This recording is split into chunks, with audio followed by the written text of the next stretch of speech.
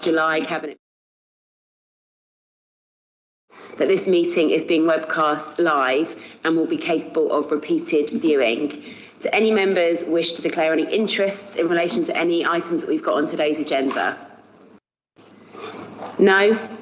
Thank you. Does the Cabinet agree to retain the items listed in Part 2 of the agenda as confidential items as defined by the Local Government Act 1972, and as such to request members of the press and public and any members or officers who do not have a direct interest in the items to leave when we reach these items this morning? Agreed. Thank you, colleagues. Does the Cabinet agree to the minutes of the previous meeting as an accurate record? Agreed. Since we last met, we have been powering ahead with investing in this city and our residents' futures. We've had confirmation from the government that they have approved the full business case for phases 4 and 5 of our Seafront Arches renewal programme, bringing £22.24 million of Department of Transport funding into Brighton and Hove. This major investment will protect our iconic Victorian arches, support local businesses and improve our public realm, and it's a vital safeguard for our seafront for future generations. It's also a significant vote of confidence in our vision for this city and in particular for our iconic seafront.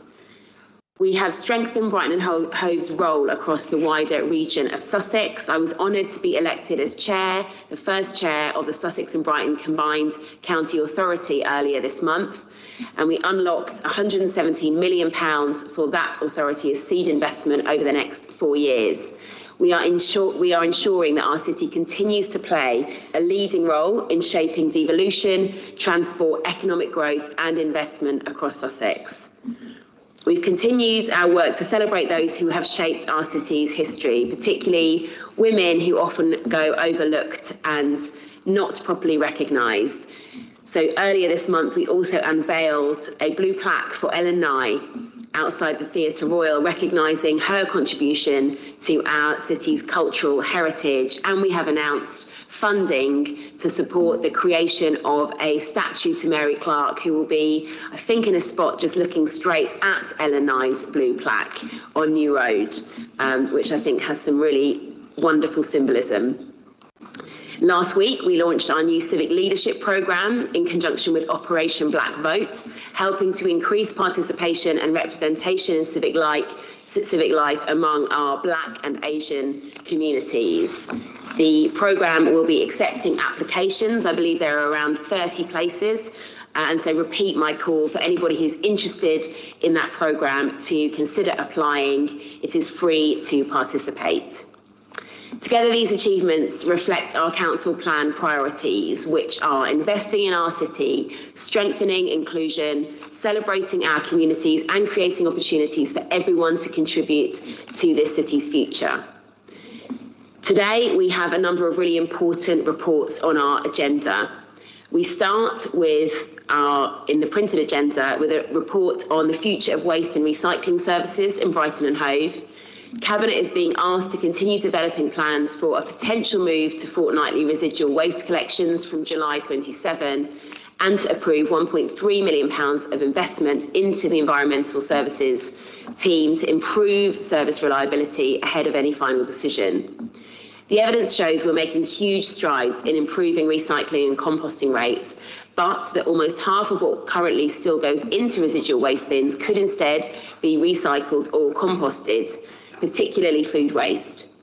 Residents have rightly been clear that reliability must come first with collections, and so this investment in staffing, vehicles, operational resilience and performance monitoring is about creating a service that residents can trust while supporting our environmental ambitions. The next report on today's agenda concerns the future of Hove Park School.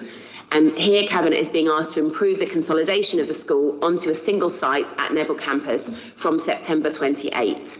The proposal reflects falling pupil numbers, financial pressures, and the cost of, quite unusually, operating across a secondary school operating across 2 sites. But it also represents, I believe, a huge opportunity to invest in our children, improve educational outcomes with new high-spec dedicated facilities and SEND provision. We recognise the concerns that have been raised through the consultation on this proposal, particularly around road safety, the future of the Valley campus and the proposed 3G pitch. And those concerns have informed the mitigation measures that are outlined in the report, the investment programme and the transition arrangements that are before us today.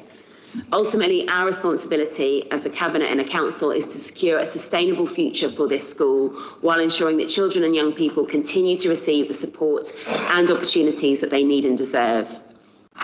One of the most significant challenges facing local government and families across the city and indeed the country is the growing demand for SEND provision. Here in Brighton and Hove, we anticipate growth in the numbers of our children needing EHCPs of around 50% by 2032, alongside increasing autism and SEMH needs. The report before us today sets out investment in specialist provision, additional support within mainstream settings, inclusion intervention spaces, and expanded post-16 opportunities, which we know are much needed. At its heart, this area of policy is around inclusion and ensuring more children and young people can access the support they need closer to home while reducing the reliance on costly out-of-city placements. We are keeping our focus on young people in our Cabinet meeting today because we are also considering a new adolescent strategy which brings together youth services, youth justice, safeguarding and mental health support within one single framework. The strategy responds directly to issues identified by young people repeatedly to us over the last few years around mental health pressures, inequality, safety concerns, and risks of exploitation. We're building on the strong partnerships we have with schools, with health services, with Sussex Police and the voluntary sector. And it also reflects positive progress that we are making in reducing first-time entrants to the youth justice system and lowering reoffending rates. Housing remains one of the defining issues facing our city. This report today highlights significant progress in council housing, regulatory compliance, affordable housing delivery, and tackling that crucial issue of damp and mould. Of the 37 actions that were planned for the financial year 25 to 26, 22 have been fully completed with strong progress made on the remainder of actions. At the same time, we know that 2,200 households remain in temporary accommodation in our city and housing demand continues to rise. Our commitment remains clear, delivering 2,000 affordable homes by 2029, improving housing quality and reducing homelessness altogether. Our TBM report today sets out the serious financial pressures facing this council. We are currently forecasting a general fund overspend of almost £20 million, driven primarily by rising demand in adult social care, children's services, SEND provision and temporary accommodation. Cabinet is being asked to support an application for up to £3 million of exceptional financial support from our government. While transformation work continues within this council, the report underlines the scale of the challenge facing local government finances, not just here, but nationwide, and the need for long-term financial sustainability, a point that we are repeatedly making to government. Our asset strategy report this morning forms an important part of our response to those wider financial challenges. Cabinet is being asked to approve proposals to rationalise our property portfolio, reduce operating costs, and generate capital receipts to support future investment. The strategy aims to generate around £55 million in capital receipts by 2032, while reducing ongoing costs by more than £2 million. These are important strategic decisions necessary to ensure that council assets support our people, our housing, our regeneration, economic opportunities, and get value for money for our residents. Finally, we come to the report on plots 2 and 3 in West Saltdean. I know that these sites are valued by local residents and recognised as open space within planning policy. I look forward to the public participation today and the discussion that we will have on these. Across today's agenda, I think we see a common thread: investing in Brighton and Hove's future while making responsible decisions in the present. whether it's improving recycling services, supporting children and young people, investing in housing, planning for the future of our schools, managing our assets, or responding to significant financial pressures. Each report is focused on delivering better outcomes for our residents, and that will always be our touch mark. We also note the Part 2 reports later in the agenda, which provides confidential supporting information relating to the asset strategy and the West Saltdean Covenant item. These will be considered in exempt session, as I already laid out. Cabinet, I propose that all of the items on our agenda are reserved for discussion today. Does the Cabinet agree? Agreed. I also propose that item 34, the Covenant on Plot 2 and 3 in West Saltdean, is brought forward and taken as the first substantive item. Does Cabinet agree? Agreed. Thank you. We now move to public involvement. First up are petitions, but we don't have any, so we will move directly on to public questions. The first public question I've got relates to item 27, I believe, more recycling, less waste. And I think we have Kendrick Tugwell joining us on Teams. Can you hear me, Kendrick? Are you there?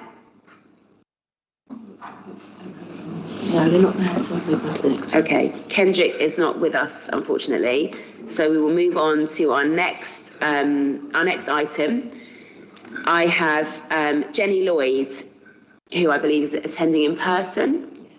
Hi, Jenny. Please come to the desk here and please read us your question. Sorry, I should have said, if you just press the button on the, and it should go red on the right-hand side. That will. Thank you. Oh yeah, I can hear that. So I'm asking this question on behalf of Friends of New England House. As members may be aware, Friends of New England House nominated New England House as an asset of community value in May. We've yet to hear the response, and there's no mention of the nomination in the Cabinet paper. So my question is, what consideration has been made of the energy and expertise of the creative community in formulating the options for New England House and the potential for a community-led redevelopment of the building, similar to that of the successful Observer building in Hastings, and enabled by the new community right to buy established in the Devolution and Community Empowerment Act 2026? Thanks very much for the question, Jenny. I'm going to ask Councillor Taylor to respond.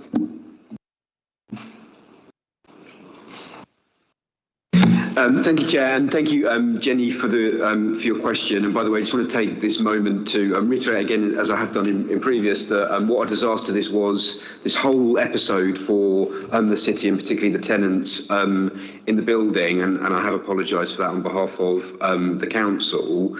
In terms of the substance of your question, so we can confirm that we have received the application. I wasn't aware of the application until sort of relatively close to this paper being published. That's partly because the application goes to the planning system and indeed the head of planning. But the application is received, is in on time, and is totally legitimate. I understand as of this morning that it's been assessed, and you will get a response likely within a week for that application. I just want to set out, so Cabinet are clear, what that means, application for an asset of community value. If there was a successful application and it was agreed, that would grant the nominating group a 6-month period from accreditation to make the first offer for purchase.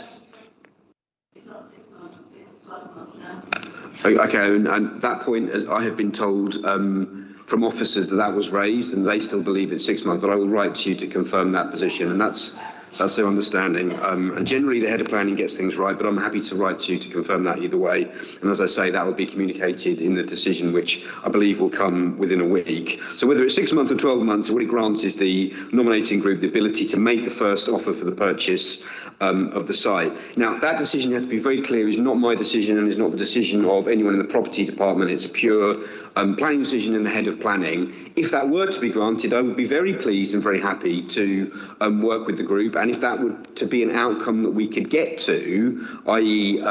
that kind of community body acquiring the site, that may well be a very good outcome for the city. So absolutely commit to working towards doing that. I hadn't been aware of the formal Friends of New England House grouping for this purpose until relatively recently, and I think perhaps some of the property officers the same, but absolutely commitment today to work together and look to see whether that might be possible. Thanks very much, Councillor Taylor. Thank you, Jenny, for your question and for coming along today. Next, I have a public question by Alex Morrison. If you'd like to come forward and read your question, it's just the button on the right that should go red when you press it. Got you. Thank you. So I'm here as a citizen of Brighton, a father, ex-tenant of New England House and ex-director of Wide Sussex. Councillors should understand that New England House isn't just any part of the Brighton and Hove property portfolio. Until recently, it was the centrepiece of the Brighton and Hove economic strategy because it was part of the city deal, for which the council obtained a substantial grant. My question is this. So the decision to market New England House implies a further decision, which is to abandon the New England House element of the city deal, to which the council committed. The key quote of the city deal agreement is this. This is what the council committed to. The city deal's flagship proposal is to renovate and expand New England House, the centrepiece of Brighton's creative tech cluster, and to establish the surrounding area as Tech City South. This investment will provide the flexible space, infrastructure and connectivity that Brighton's most exciting businesses need to grow, while nurturing a new wave of entrepreneurs and business models. It will also put Brighton on the map as one of the UK's most important tech clusters, one which operates on an international scale. Brighton and Hove City Council committed in the city deal to a project budget for renovation of New England House of £24.53 million, which is made up of a grant of £4.9 million from the city deal, plus £9.8 million that the council committed and £9.8 million which is going to be raised from the private sector. So if you're proposing to dispose of New England House, you are by implication abandoning that commitment to renovate New England House and abandoning the commitments that were made in the city deal. So how will this further decision, i.e. to abandon the New England House element of the city deal, be communicated to the relevant parties, and what will become of the £4.9 million grant that sits in the council's accounts? Thank you very much, Alex. I'm going to ask Councillor Taylor to respond. Thank you, Chair, and thank you, Alex, for your question. I hope you're well. And again, just to sort of start, I realise and understand and agree with your frustration about how this has transpired for the building and the cluster around the building and the economic impact around the building. I think sort of just to start with in terms of overall transparency and decision making, I have tried from the beginning of inheriting this building to exercise transparency and be transparent and communicate to tenants. And we obviously had a meeting or a series of meetings in Brighton Town Hall and elsewhere where we did front up and we acknowledged to tenants that this was a disaster. Post that, I personally commissioned them via the Chief Executive an audit report into what went wrong over the long history of this building, because I wanted to understand what the failures were throughout many years. As you said, the city deal was agreed in 2014, and as you say, that included a £4.9 million grant and then an assumption around 9.8 million of private sector funding and 9.8 million of council funding for the renovation of the building. That was in 2014, 9 years before I became a councillor, and since that point, my understanding is there was never a viable deal or plan that came forward. And so it didn't happen, and there wasn't a viable model to do that. The conditions of the grant were that it would be used for capital expenditure. The 4.9 million of government grant went into the capital investment programme in 2014-15, and the money was spent on the refurbishment project was funded through capital reserves and borrowing over subsequent years. Following the closure of New England House in 2025 and pending decisions on its future, the refurbishment project's budget was reallocated to cover costs related to closure, safety mitigations, compensation for businesses, and preparation for next steps. So that the funding was allocated. There is no requirement for the report and the outcomes of the city deal. There is no requirement to report the outcomes of the city deal to the government, and the council believes it's acted in accordance with the grant conditions. All that said, it doesn't really get us to a different place substantively and economically, which is that there was no viable deal that came forward in the period after 2014 to actually do that. And then the report, as we are now faced today, which we will discuss later, obviously sets out the estimates on a deep retrofit or indeed knocking down the building and rebuilding it. The conclusions of which in the report, but we will debate later today, is that is not a financially viable route for the council, not one that officers recommend and not one that I recommend, but clearly that will be for council to debate and agree later on. Thanks very much, Alex, and thank you, Councillor Taylor. I'm going to ask Paul Rothsedge to now come up to the desk and to read your deputation, which I understand concerns the covenant on plots 2 and 3 in West Sardine. And just to let you know, you've got 5 minutes. And again, the button is just the one on the right, and it should go red when it's on. Thank you, Chair. Thank you all for hearing me today. My name is Paul Rothsedge, and I'm speaking on behalf of residents of West Saltdean. You may remember that I spoke at full council in October about our campaign to protect 2 cherished local green spaces known locally as plots 2 and 3 of the Greens. At that meeting, councillors supported a notice of motion asking for a report on the processes, timescales and costs of invoking clause 4 of the covenant to declare these sites as public open spaces. Following that vote, Councillor Rokins visited the sites to meet residents, discuss our plans and see firsthand how volunteers have maintained the greens. That stewardship has been ongoing for almost 2 decades without funding or practical support from the council or the landowners. Since Councillor Rokins' visit, our Friends of the Greens volunteer group has continued improving the sites, planting dozens of native trees, keeping access open and caring for the land as natural open space. Residents are not asking the council to create something from nothing. We are asking the council to recognise and support something that already exists. We are not asking the council to buy the land, create a formal park or fund expensive infrastructure. We are proposing a practical low-cost model where Clause 4 secures the land as public open space while resident-led stewardship continues through Friends of the Greens. This is exactly the sort of community partnership that the council should want to support, especially given public resources are under pressure. For ease of reference, I've provided Cabinet members with a residents' briefing along with support and evidence, including photographs, an independent ecology report for Plot 2, and the Council Planning Policy Team's response on the live planning application on Plot 2. There are several key issues with the report before you today. First, the report does not appear to answer the notice of motion.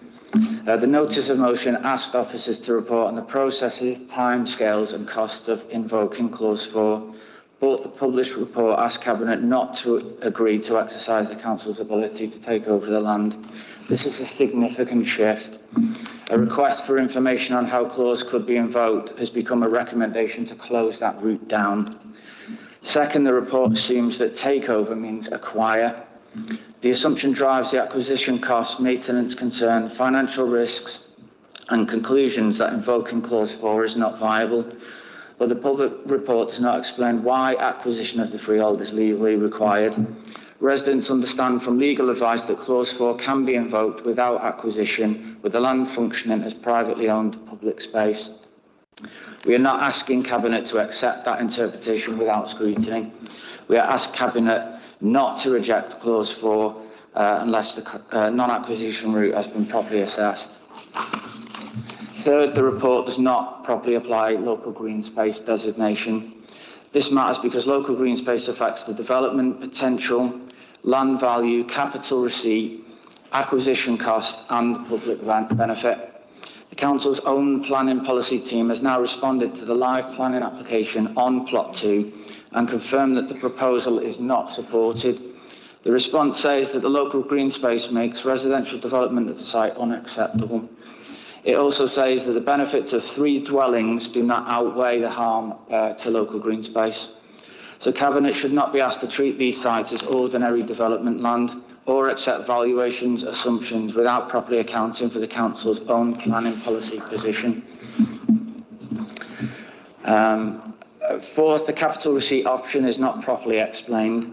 The report suggests that council could receive capital receipt by removing the covenant and open space provisions, but Freedom of Information Act material shows that prior officer work on a proposed capital receipt and covenant release arrangement, and the public report does not explain that background. This option is also self-defeating.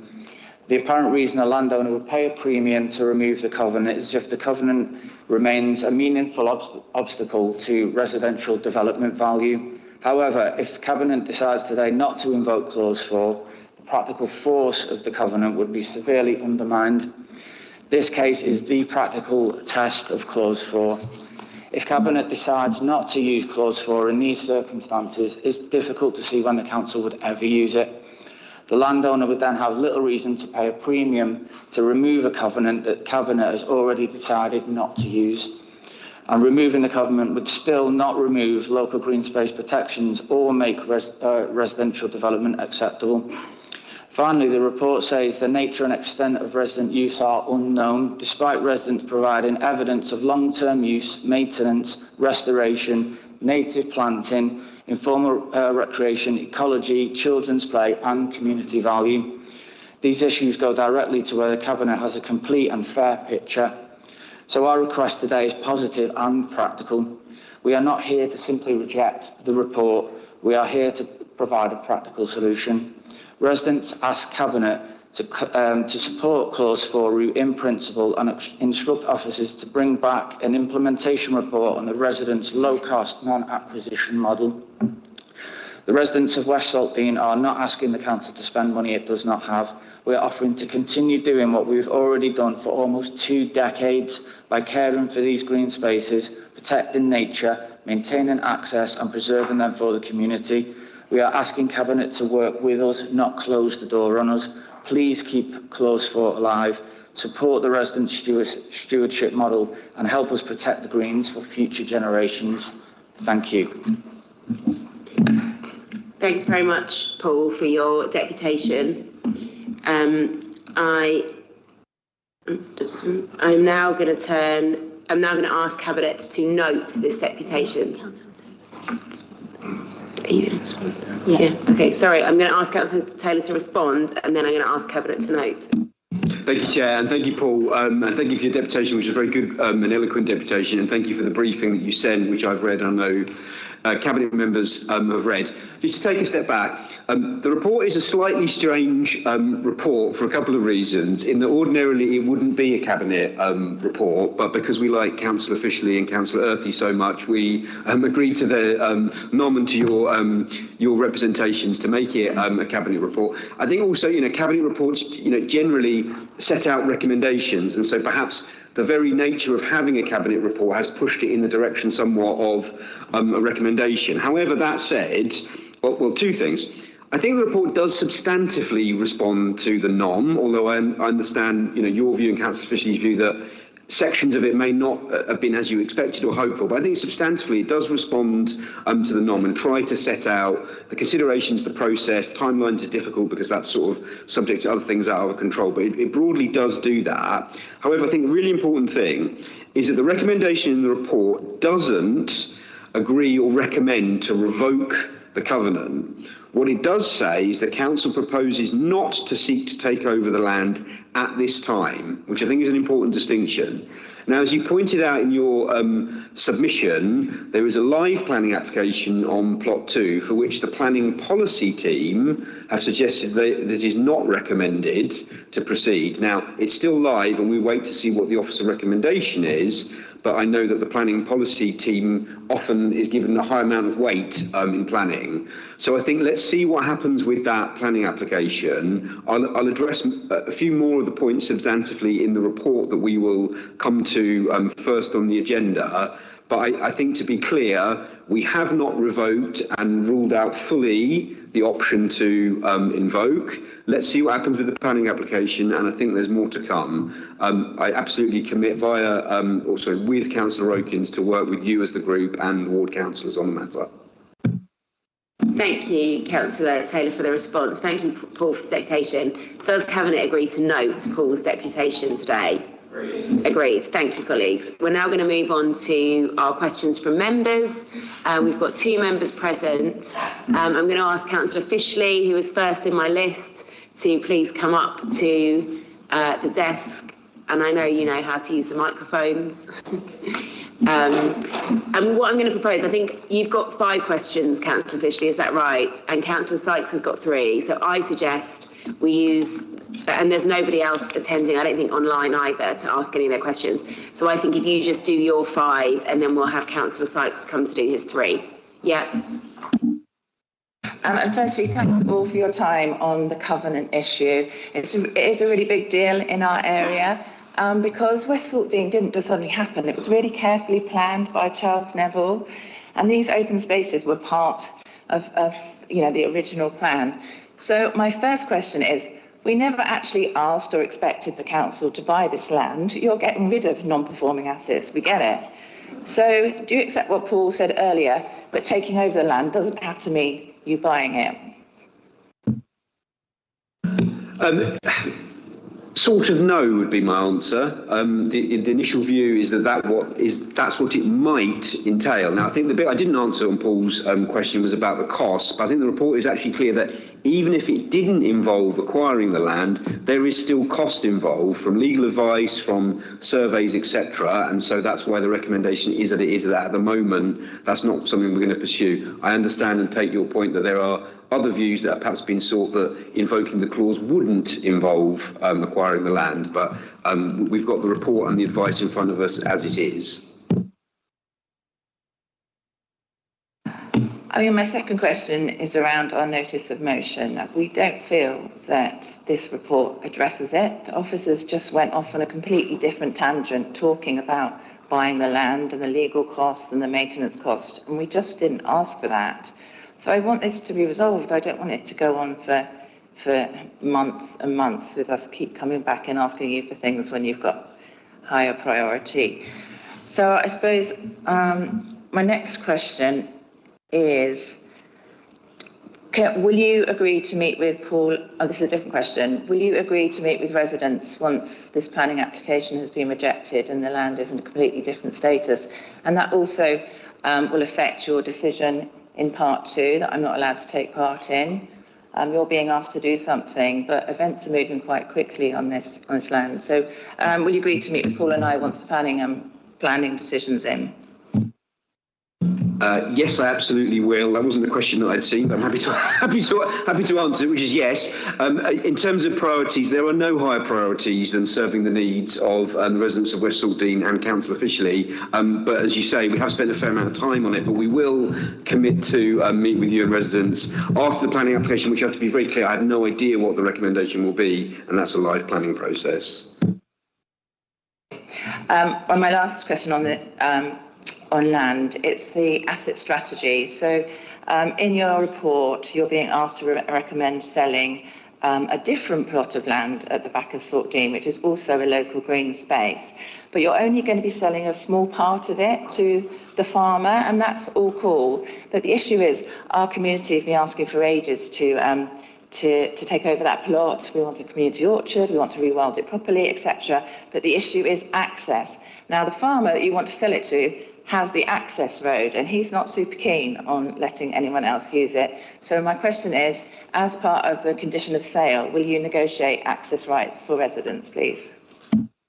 Thank you. For a second question about a different piece of land in Saltdean, by the end of this, if I retire from being a councillor, I can perhaps become, I don't know, the expert on land management in Saltdean. But yes, I'm aware of the piece of land. I'm aware of the history, and the history is that the council has tried a number of occasions to try and negotiate the access, but to no avail. So I think you make a good point, which is that if we are going to dispose of the piece of land potentially to the current tenant, that would be a good moment to try and secure the access rights via that process. And so we're committed to attempting to do that, and happy to keep discussing that with you.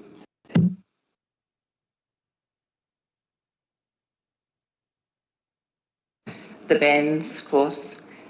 So Recycling, general waste and garden bins, as you know, continue to be missed on a regular basis in the areas that I represent, especially West Saltdean. How can residents be confident that reducing collections will improve the reliability of the service?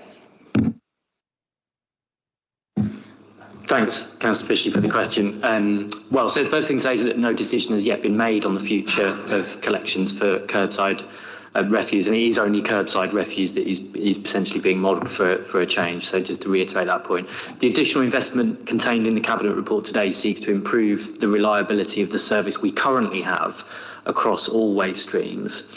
However, the age of our fleet following years of underinvestment is a well-documented cause of missed collections. If the service was to switch to fortnightly, that would clearly enable us to retire some of the older vehicles, and it would also enable us to build in more catch-up capacity, including spare crews during the day, as well as the PM crews, to which recruitment is difficult.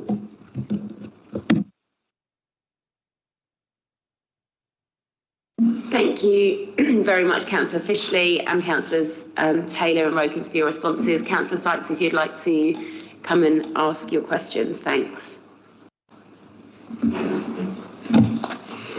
Thank you very much, Chair. If you don't mind, I'll leave question 36 for a written response, because that's probably more appropriate, and I'll do 37 and 39 if there's time, maybe go to some colleagues' questions.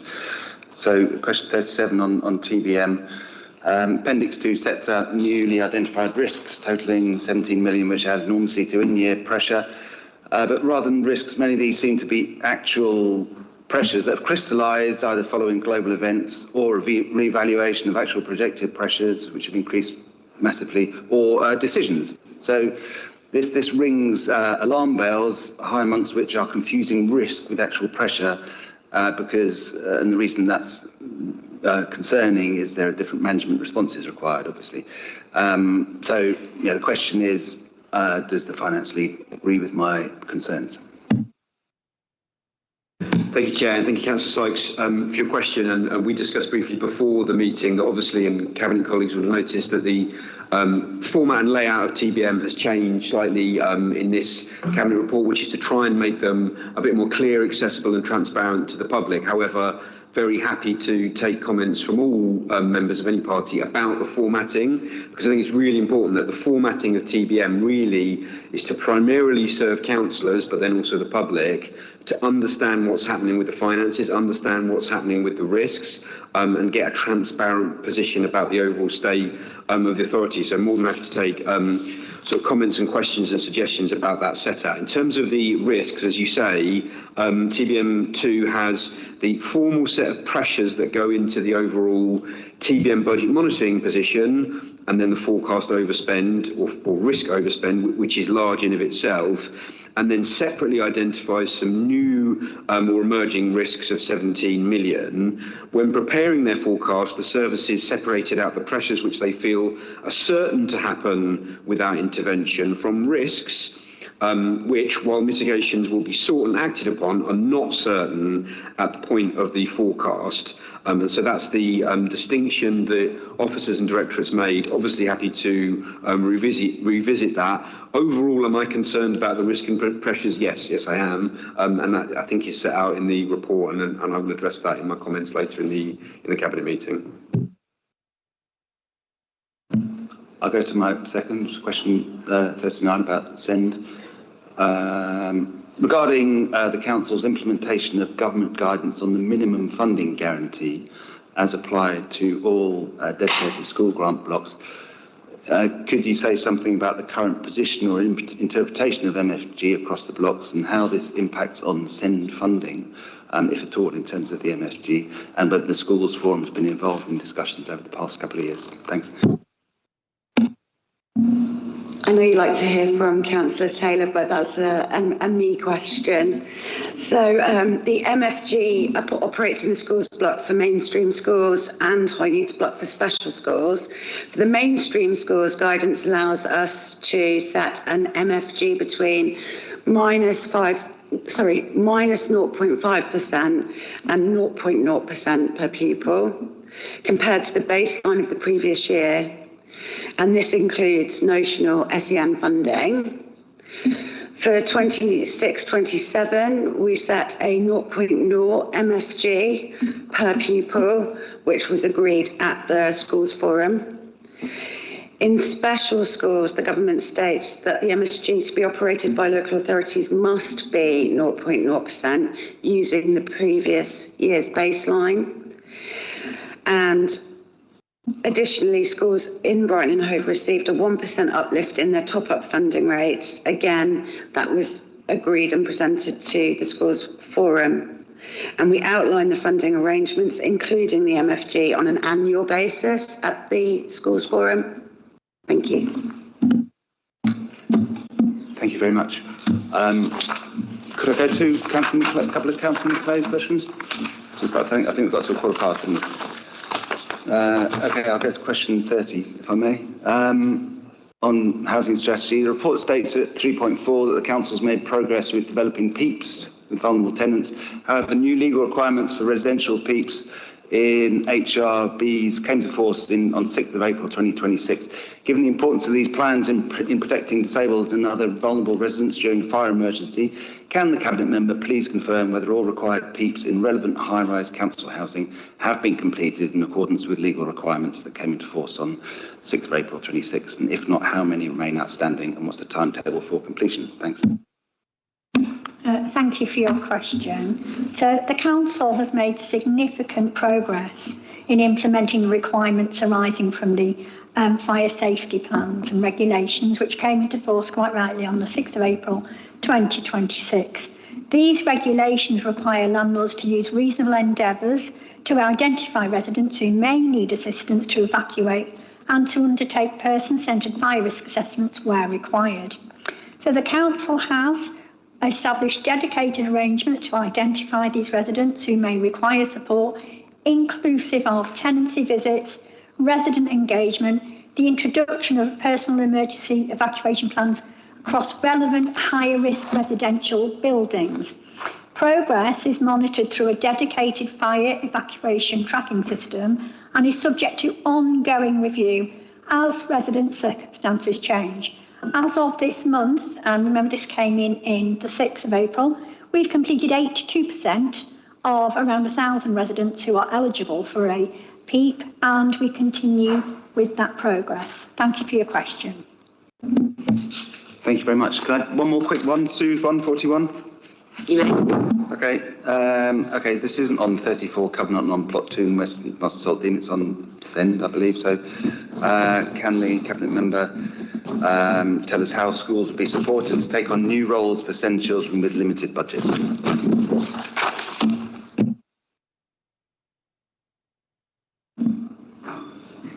Sorry, I didn't see that one when I was prepping. Can you just repeat it for me? Yeah, how will schools be supported to take on new roles for SEND children with limited budgets?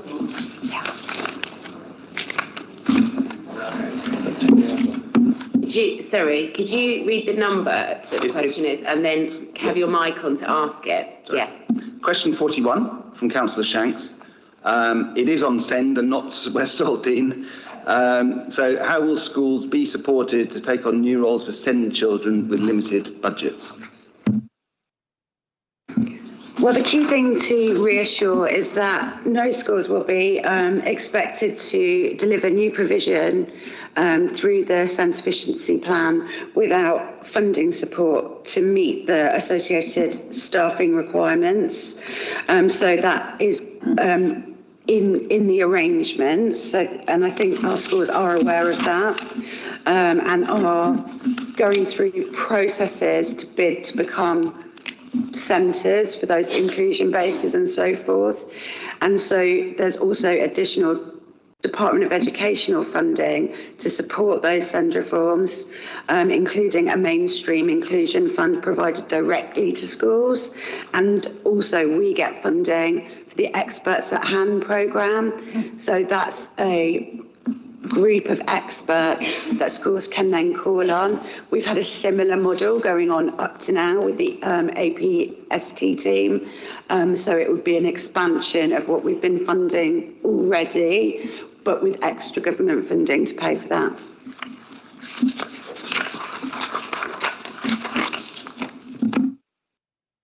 Thank you, Councillor Sykes. Thank you, Councillor Daniel. We now move on to member representations. I think we've got one from Councillor Sykes. We haven't got any matters referred to the executive. So, Councillor Sykes, do you want to present your representation on item 32, the TBM2, and you've got 3 minutes to present. Thanks. Thank you very much, Chair. And I'll just refer to your preamble at the beginning of the meeting. You referred to this agenda item, and the amount of EFS isn't 3 million, as you suggested, it's actually 30 million. So 2.5 weeks ago, I made a rep about the outturn TBM in June, with a focus on the need for more openness and transparency on financial matters. And that commentary applies also to today's paper, which we will be calling in. The new TBM format raises concerns. Sections have been lost on Section 151 officer conclusions and MTFS implications, and in the current context, these omissions are counterintuitive, to say the least. There's less detail on general fund variations than in previous TBMs. There's precise repetition in this paper of narrative detail across the 20 million overspend and the 17 million additional risks. Is this duplication? Are these typos? And a key section, 3.4, that attempts to explain how we are adrift by 11 million under city operations is worryingly brief and completely opaque. The administration's month 2 finance paper unfortunately presents a toxic combination of lack of clarity, uncertainty and bad news, and I don't remember a similar position before in Brighton Hove City Council. But the main theme has to be Labour's budget control, or lack of it. At last Cabinet, I said the Council's running on fumes. 2.5 weeks later, it's clear that even those fumes have run out. All of a sudden, Labour's projecting a 37 million in-year overspend. The last time we got close to this was at the height of COVID in 2020, when we saw a projected 36 million overspend, and the July 2020 TBM2 paper stated, this is clearly an unprecedented position and goes well beyond the ability of normal financial management measures to be able to rectify the situation. This projected overspend in this paper today has no unexpected force majeure behind it and should have been predictable and planned for. Have Labour lost control of the budget? The response from the administration is to request an additional 30 million in exceptional financial support. In less than half a year, we've racked up 45 million of additional debt owed by this council, and the EFS is requested on the basis of repayment from capital receipts, hence the fire sale of our precious assets like Downland we see in today's meeting. While we wait for asset disposal, interest racks up at 5 or 6% and adds to the deficit. This all needs saying, because I don't think Labour's fighting hard enough nationally or locally for local authority public services. But it's also clear from recent door knocking that the people of this city don't want to see time and energy wasted on unnecessary political battles between two progressive parties. I don't subscribe to conspiratorial views that the council's somehow being loaded with debt in advance of local elections in 2027. So I'll end with a question. At a time of genuine crisis for Brighton Hove City Council, will there be room for more cross-party working for the best of our city? Thank you. Thank you, Councillor Sykes, for your representation. We're now going to move to our first report, which is, as we've just agreed, we're going to move up the report on the Covenant on plots 2 and 3 in West Saltine. This is at pages 267 to 282 of the agenda. I'm going to ask our Cabinet Member for Finance and City Regeneration, Councillor Taylor, to introduce the report. Thanks, Chair. And obviously, we've covered a little bit of this ground in deputations and questions, but this report relates, as we've said, to 2 plots of land in West Saltine that are both currently privately owned. If we turn to page 275 or Appendix 1, it sets out the aerial view and the site plan of the 2 sites, and if you have it in colour, obviously they're highlighted in orange or red, showing where the plots of land are. As we've mentioned, we previously had a notice of motion and agreed to bring a report on this subject, and this report does, I believe, set out really the key considerations, potential costs around making a potential decision on these 2 plots of land. As I say, these plots are privately owned, but what they do have is a covenant that emanates from 1938, which is an agreement between Saltine Estate Company Limited and the Mayor, Aldermen and Burgesses of the Borough of Brighton, and it includes a clause 4 that can in theory be invoked.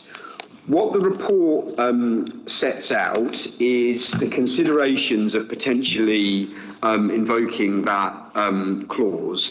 And as I've said in previous answers, and is set out in 3.10, there are some cost considerations of that. Now, there's a separate point which we've debated as to whether invoking that clause would mean acquiring it as a freehold basis, which is the assumption of the council and our legal advice, or whether it doesn't require that, whether the ownership could remain the same, but effectively the council take over in some sense the land, although that's a concept that is somewhat alien to lawyers, the department. So that could be explored further, but that is our position. Separate to that position on acquiring the land, 3.10 sets out some of the things that we would probably need to do, which is take a survey of the land, which would potentially cost money, rectification of any issues, which again is a cost unknown but can sometimes be costly.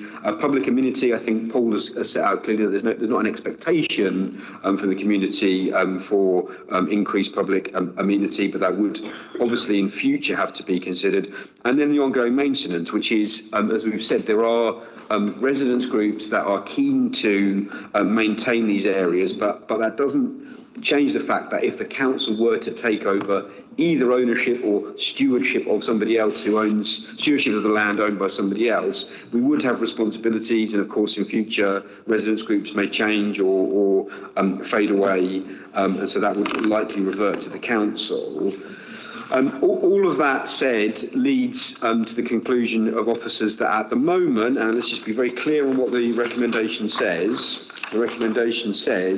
not to seek to take over / acquire the land for the purposes of public open space at this time. There's a few other buts, which is to say that the report also sets out that there are currently no public rights of way on the site, but that there could be an application made for public rights of way, and there is a route to do that, which is set out in the report, and that may be something that community groups wish to pursue. And that secondly, as we've also said, that there is a live planning application on one of the sites that I'm aware of, which we're likely to get a decision on in the coming weeks or months, at which point we are happy to revisit this overall issue, working with residents groups and with ward councillors. So overall, that's in conclusion, Chair, that's the position that we've got to, and the position that officers have got to, and I would ask Cabinet to agree the recommendations, which is not to seek to acquire or take over the land for the purposes of public open space at this time. Thank you. Thank you, Councillor Taylor. Can I have questions and comments from Cabinet members, Cabinet advisors? Councillor Okins.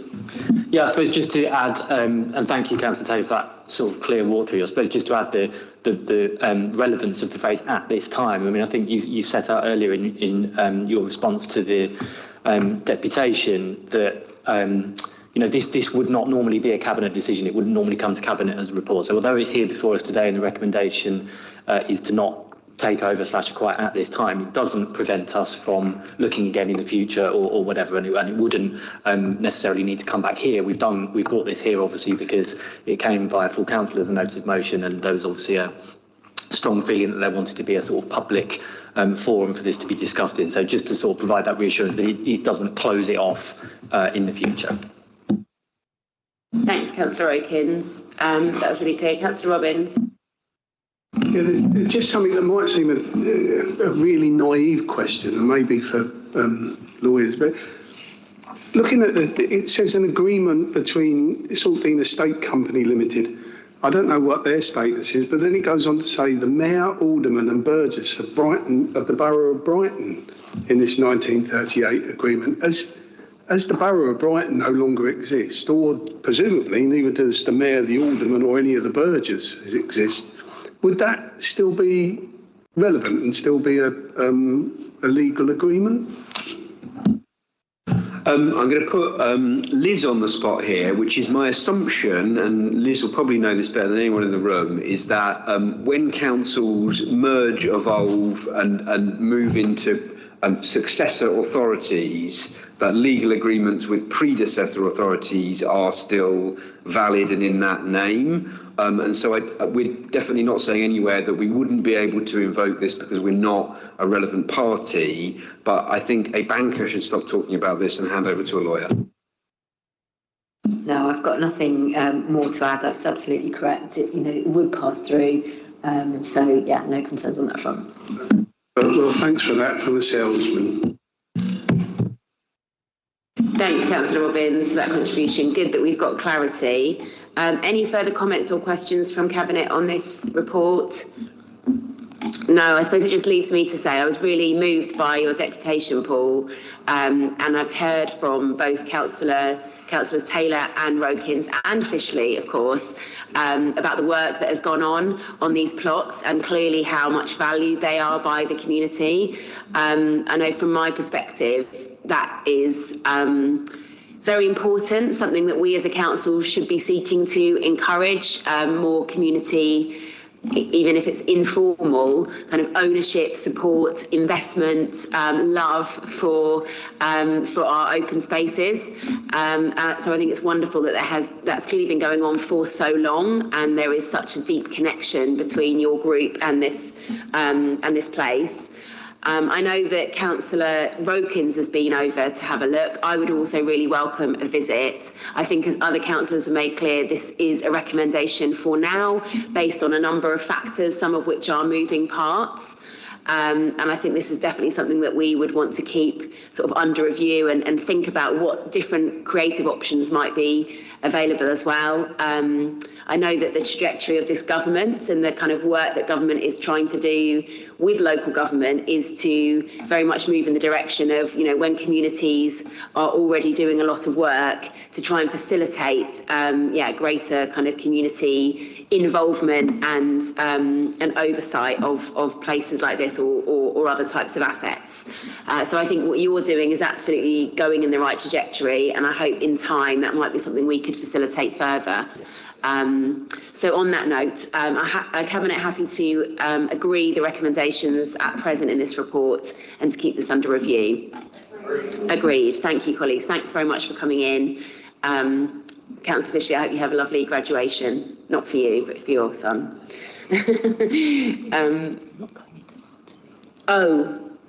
No, I don't think. No. We're not going to go in, unless anyone wants to go into part two. I think we're happy with where things are. Great. Okay, so next today we have got more recycling, less waste. And I'm going to ask Councillor Rokins to please introduce his report.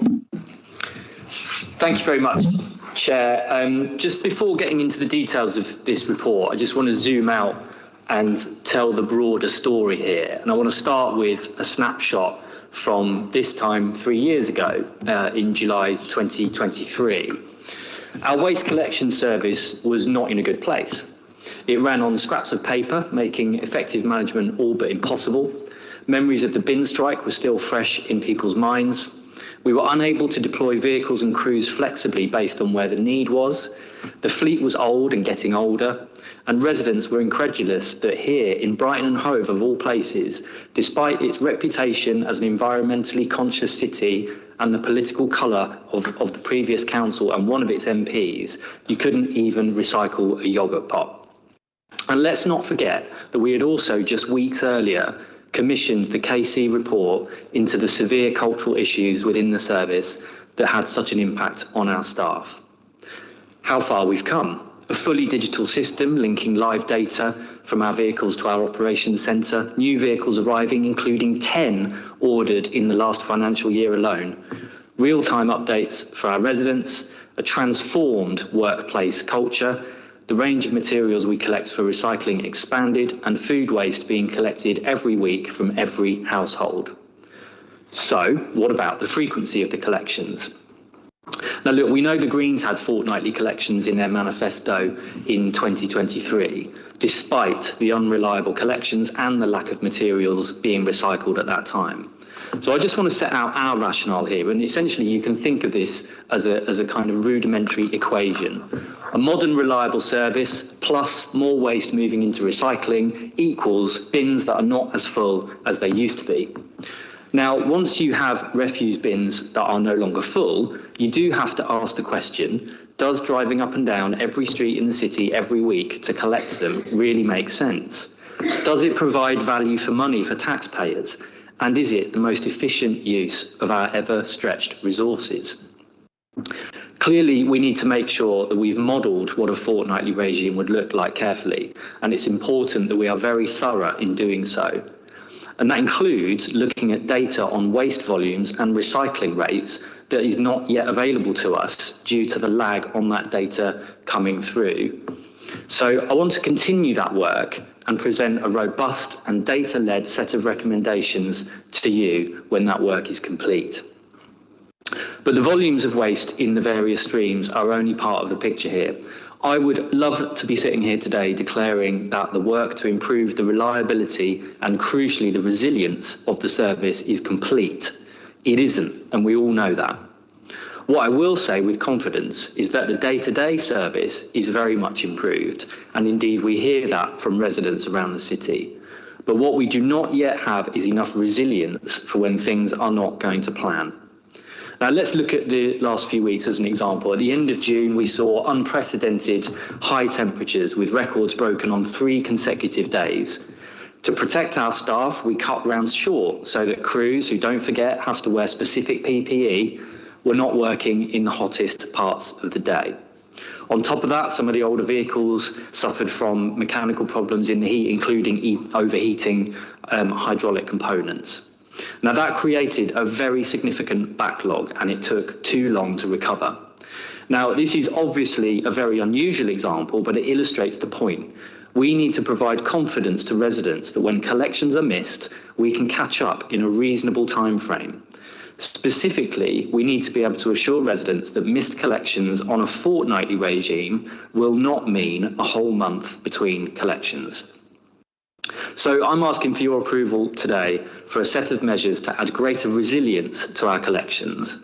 Those measures are set out in the report, but they include additional crew resources to increase our ability to field catch-up rounds where required, an additional management post to provide laser focus on operations, freeing up others to work on more strategic service improvements, more cover for the workshop during evenings and weekends so that we can get vehicle defects resolved more quickly, extra hire vehicles while we wait for the arrival of the new ones we've purchased, and additional 1,100 litre communal bins to increase capacity where required. This service is one that every single resident in the city uses, and we will continue to treat it with the priority that it deserves, ensuring it is reliable, modern, efficient, and good value for money. Thank you, Chair. Thank you very much, Councillor Oakins. Really clear report and sort of context there. Colleagues, questions, comments on this report? Lots of hands. Councillor Allen first.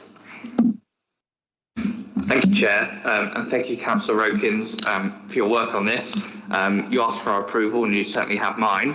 I've been telling residents for the last couple of weeks that I'll be enthusiastically voting today to invest 1.3 million into improving the resilience, efficiency and reliability of the service. A significant portion of my ward has been getting a raw deal since early June, and of course I'm the front man, and people say to me it can't carry on, and I agree with them, and they say, well, what are you going to do about it?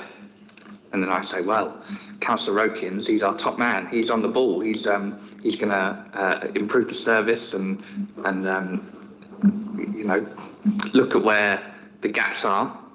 And bring a report to the next cabinet meeting. And here we are, and I'll probably clip this and put it on my Facebook for everyone to see, because a lot of the comments were, I'll believe it when I see it, just like a Miss Bin lorry. So here we are, actually voting for extra crews, extra mechanics, extra vehicles, and better operations in the back room, which will mean a better service for the residents we represent. And I think it's right that also within this report that we are getting right the timings for fortnightly. I've said in cabinet meetings before that when I was at university under a Conservative council, they moved to fortnightly and it worked really, really well. However, We are not a Conservative council in Surrey. As you really eloquently set out, Councillor Rokins, there is a history within the service, a checkered history that we can't ignore. And right now, we're not ready for fortnightly collections, and I certainly wouldn't feel comfortable supporting that move today.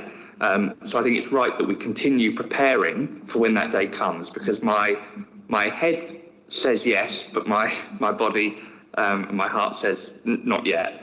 So I couldn't support this move more. I thank you for all the work you're doing and have done in environmental services in the last 3 years. Thank you very much, Councillor Allen. Councillor Taylor.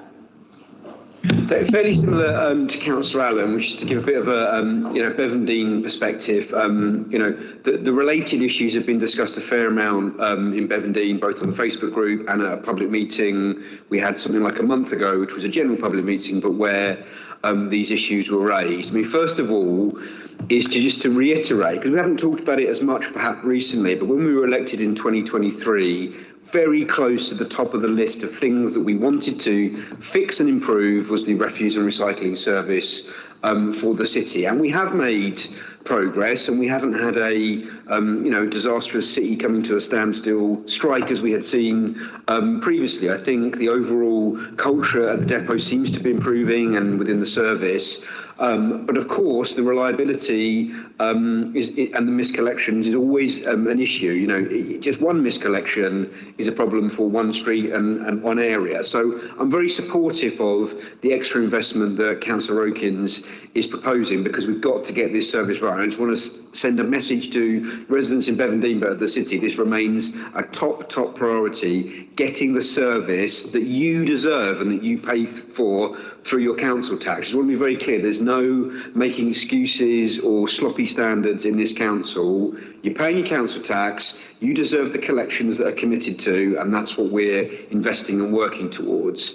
Now, on the moving to fortnightly, we've also discussed that a fair amount in Bevendine. And I would overall say that, there was some, outright scepticism and opposition, but there was quite a lot of, we understand that might be the direction of travel, but surely the service has got to be ready for it, and surely the service has got to demonstrate the data from the food waste switch before moving to it. And so I was pleased and relieved when Councillor Rokins brought forward this proposal, which is to not proceed at this point and wait till we're ready. I think that's the right thing to do. I think an ideological decision would be to say, we'll just do it now and force the service and force the habits of the population towards immediate food waste recycling and the service to reflect that. I think a better and more pragmatic solution is, as Councillor Rokins has proposed, which is this is clearly the direction of travel, but we've got to make sure that the service and the city are ready for it. Thank you. Thank you, Councillor Taylor. Councillor Robinson. Thank you, Chair. Yes, I'd like to say thank you to Councillor Rokins for this work, and I hope the city will agree that the approach that we're taking is a responsible approach. As much as we'd like to save money by moving to fortnightly collections now, this is a responsible approach, making sure that the service is fit and ready for that.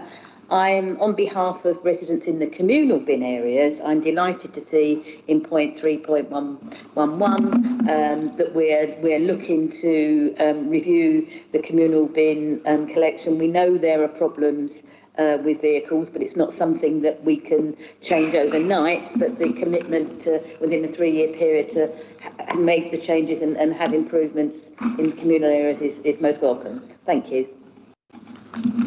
Thank you, Councillor Robinson. Councillor Rokins, or did you want to come in at the end, or? I could do. I was just wondering if I maybe I responded. There's quite a lot there. Yeah, maybe I can respond to, and then maybe fine. If that's okay, Chair.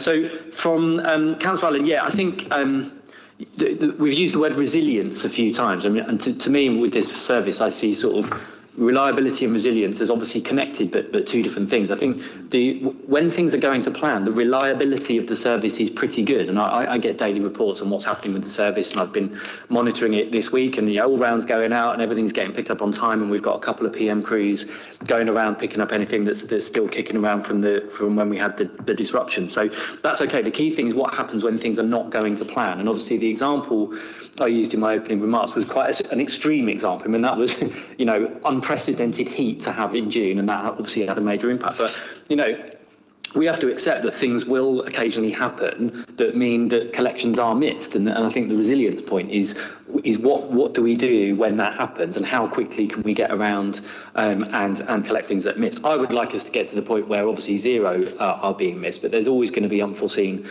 circumstances. So I want us to be able to really demonstrate to residents. And actually, I think the recycling is really a key one here, because that is currently on a fortnightly regime. So I think we do have to demonstrate to people that where there's a recycling collection list, it does get picked up, ideally within 24 hours, or if not 48 hours. In terms of the timing on a move to fortnightly, I think you're absolutely right. This is the direction of travel. I think that we are going to see the data that supports an increase in recycling and a reduction in the amount of waste in the bins. But I just want to sort of dig into that a little bit. The way the data works, the official data that we get via the reporting channels and how it's all weighed and all that sort of officially, has quite a significant lag on it. So the last quarter that we've got data from for both waste and recycling is pre the whole city having food waste collections. So we just don't have that data yet to show what that's doing to our recycling rate and what that's doing to our bins. Like, anecdotally, I can definitely see from my bins and from people I talk to that they're getting emptier. I'm pleased to say, I don't want to get ahead of myself here, but that last quarter that we do have data for showed our recycling rate increasing for the first time in quite a while, so that's an encouraging sign. But we don't yet have enough really to sort of make that really clear case. We will have that data fairly shortly. I think we're expecting the next quarter data, which would start to overlap with the period where food waste was rolled out everywhere. We should get that fairly soon. So we'll start to, over the next few months, build up more of a picture, and obviously alongside that the modelling work will still go on. Do you want to pick up on Councillor Taylor's points on what the feedback was from the meeting and various communications with residents in Moulscombe and Bevendine, and not surprisingly it's echoed elsewhere. We ran a public consultation on a potential switch to fortnightly, and as well as sort of recycling, what would help people recycle more. And I suppose sometimes you expect these consultation responses to come back and say, we're vehemently against any potential shift. Actually, the overwhelming chunk was what you would refer to as conditionally supportive, which is like, okay, it's not a bad idea in principle, but we've got concerns around the capacity of the bins, but the reliability of the service comes up time and time again. People want to know that if their bin is missed, it's not going to be a month before it's picked up, and that is the crucial thing that we need to get right. Just on Councillor Robinson's point on the communals, I just want to be very, very clear, and I've tried to make this as clear as possible in all the comms and everything, that no change is being proposed to the communal bin, so those will not be reduced. And in fact, actually, the work that we're doing in the background to improve the communal service, there's a good chance that at least in some locations we may actually start collecting communal bins even more often. By the way, at the moment they're on a daily regime, but there might be some places where we seek to maybe visit them a second time later in the day. So I just want to make that reassurance really, really front and centre for residents in the city centre, because we've all seen on social media when those communal bins are not collected, the impact is very significant. So I just wanted to provide that reassurance. I'll hand back to you, Chair, and take any more comments and questions. Thanks, Councillor Akins. Councillor Mooton is next. Thank you, Chair. Thank you, Councillor Wilkins, for your informed and comprehensive presentation. It's very welcome to see significant improvements in recycling range and volumes, and a full rollout of domestic food waste collections, as well as a significant culture and technological change during our administration, for which I do wish to credit Councillor Wilkins for your leadership. This is making a big difference to recycling and composting more domestic waste, and as a result reducing the volumes of household black black bag general waste, referred to as residual waste. This is significant reduction in residual waste to date, although, as the Chair set out earlier in this meeting with reference to this report, more than half of the residual waste could be recycled or composted. With residents' support, stepping up with more recycled or composted waste will make a big difference to the environment.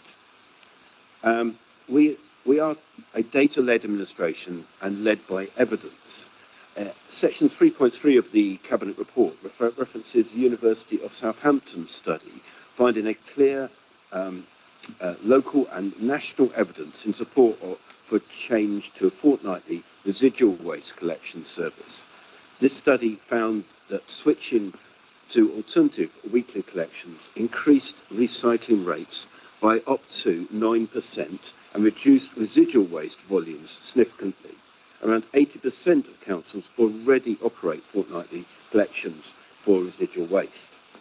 Further, the UK-based charity Waste and Resources Action Programme, or WRAP, carried out national analysis which shows that councils with alternate weekly collections achieve recycling rates of rates 5 to 10% points higher than those weekly.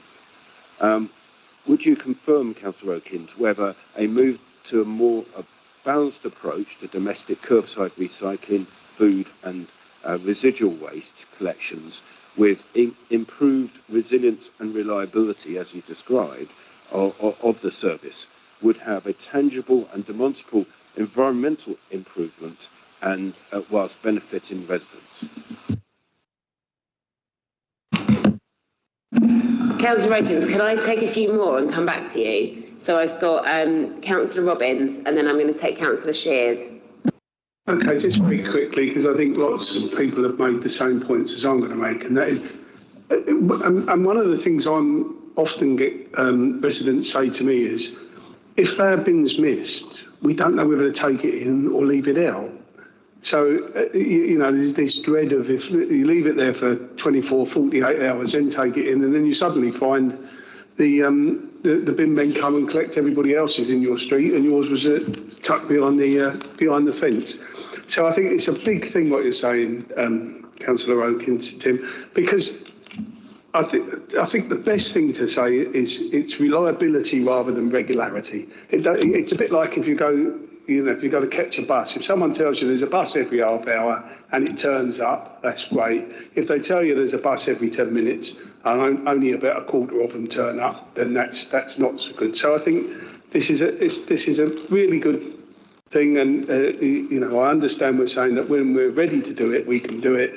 But it really is important, as you yourself have emphasised so many times, that if you're missed, it won't be a month until you get something. It will be within 24, 48 hours, and you know that, and you can reliably leave your bin out for another day, and somebody will come and pick it up the next day. So I applaud you for what you're doing. Councillor Sheard.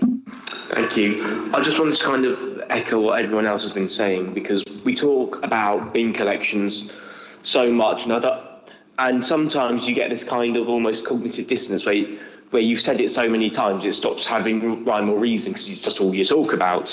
But I think it's so vital that it is a service we need to get right, because it feeds into everything. If you are a young person growing up in this city and you see that your local government can't even get collecting bins right, what is that going to fill you with pride when you go away and talk of the city that we all love so much?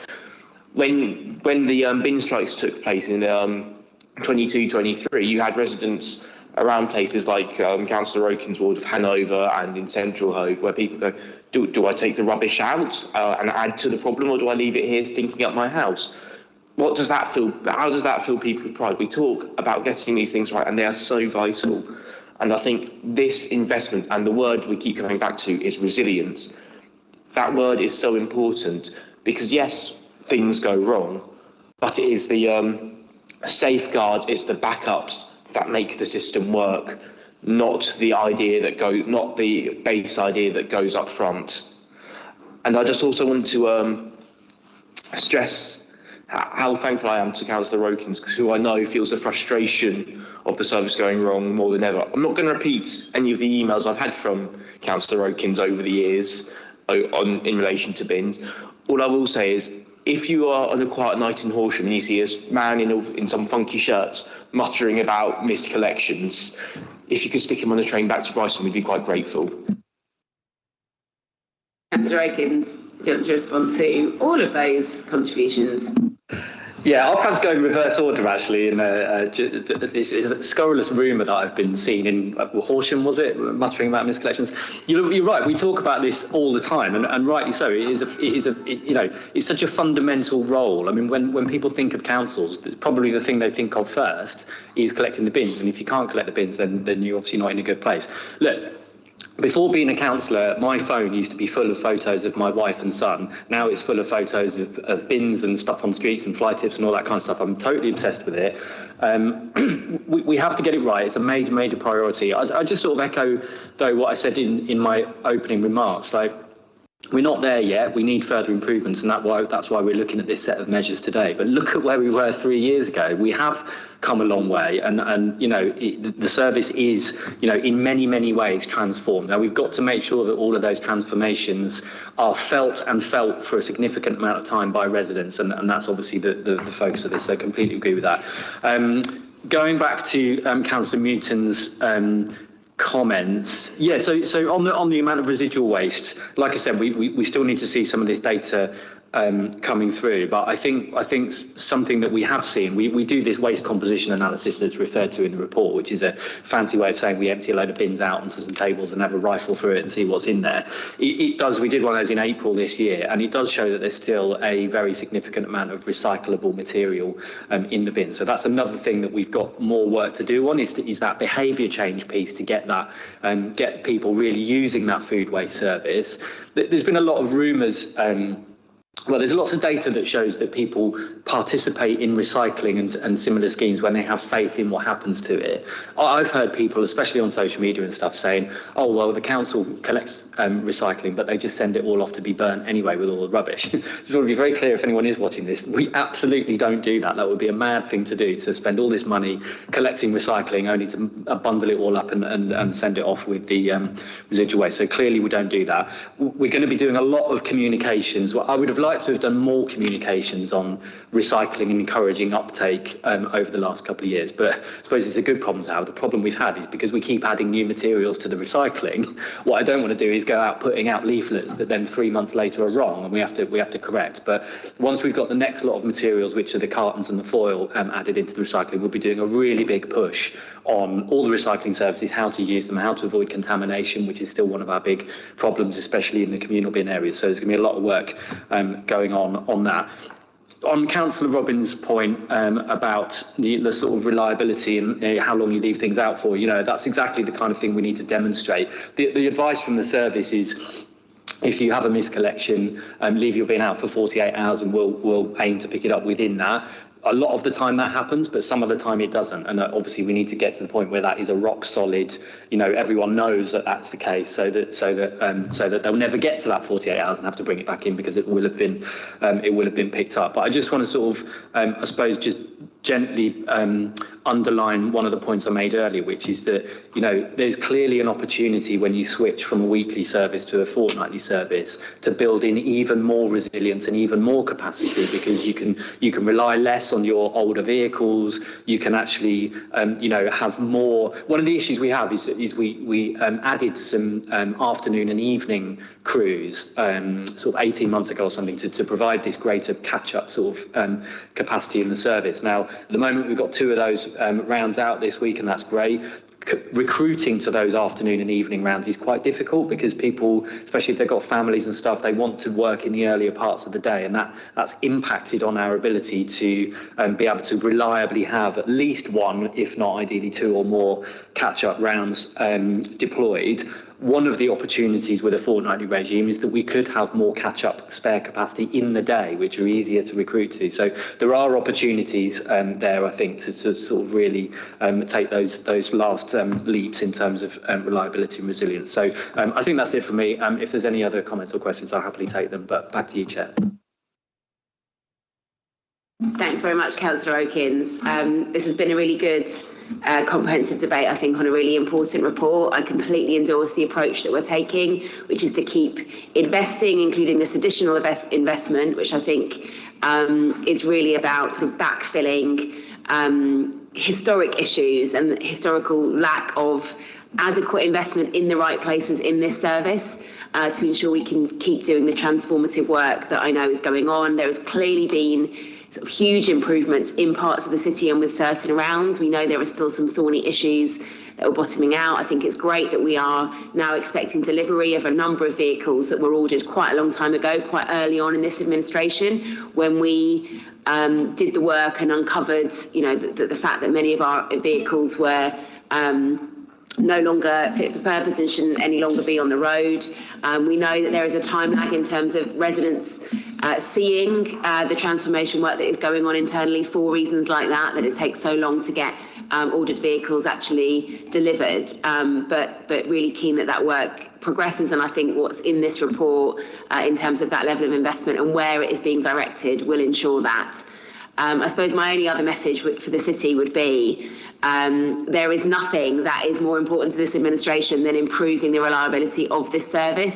We have made gains, but we know there is more to do. We keep it under very regular review, daily, weekly review, in terms of where there are issues that still need to be ironed out, working with senior officers to do that. I also want to pay tribute to our frontline officers, often working in difficult conditions, whether it's the heat that we've seen in the last few days, whether it's the icy conditions that we saw in the winter period, doing really difficult work on the front line, in one of the toughest jobs that there is. So we really appreciate that hard physical labour and the transformation work that I know that is going on from top to bottom within that service.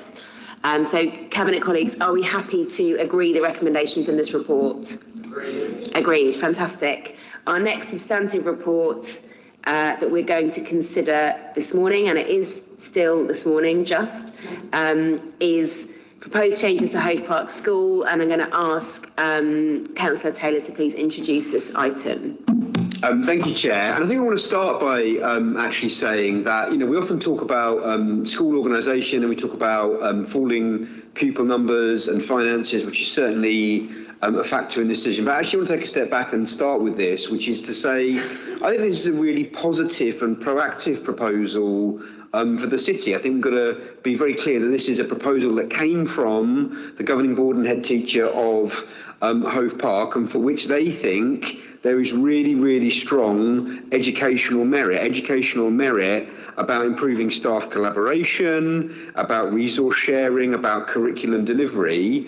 And also, by the way, as we'll get into, it will see the development of better facilities on one of the sites. So I think we should see this clearly as a positive and good step for education in the city. So what the report is seeking to do is approval to consolidate Hove Park School into a single site at the Neville campus from September 2028, and so to therefore release the Valley campus.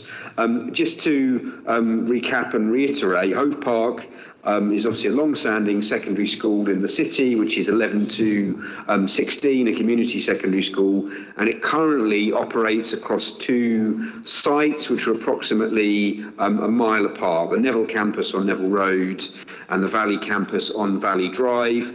It's not unheard of around the country for schools, particularly large schools, to have two slightly separate campuses, but a mile apart is quite a significant distance. It's not exactly they're next to each other. And the school have made very clear that operating across those two sites carries additional complexity and revenue cost, which has in itself contributed to the school's deficit position, and which they firmly believe in resolving that and consolidating to a single site will help them with their budget pressures and help make the school more financially sustainable in the short and medium term. It's also worth just noting the, as I mentioned at the beginning, the overall context of falling pupil numbers across the city, and within that context we have to think creatively but positively as best we can across both second and primary school levels about how we respond to that.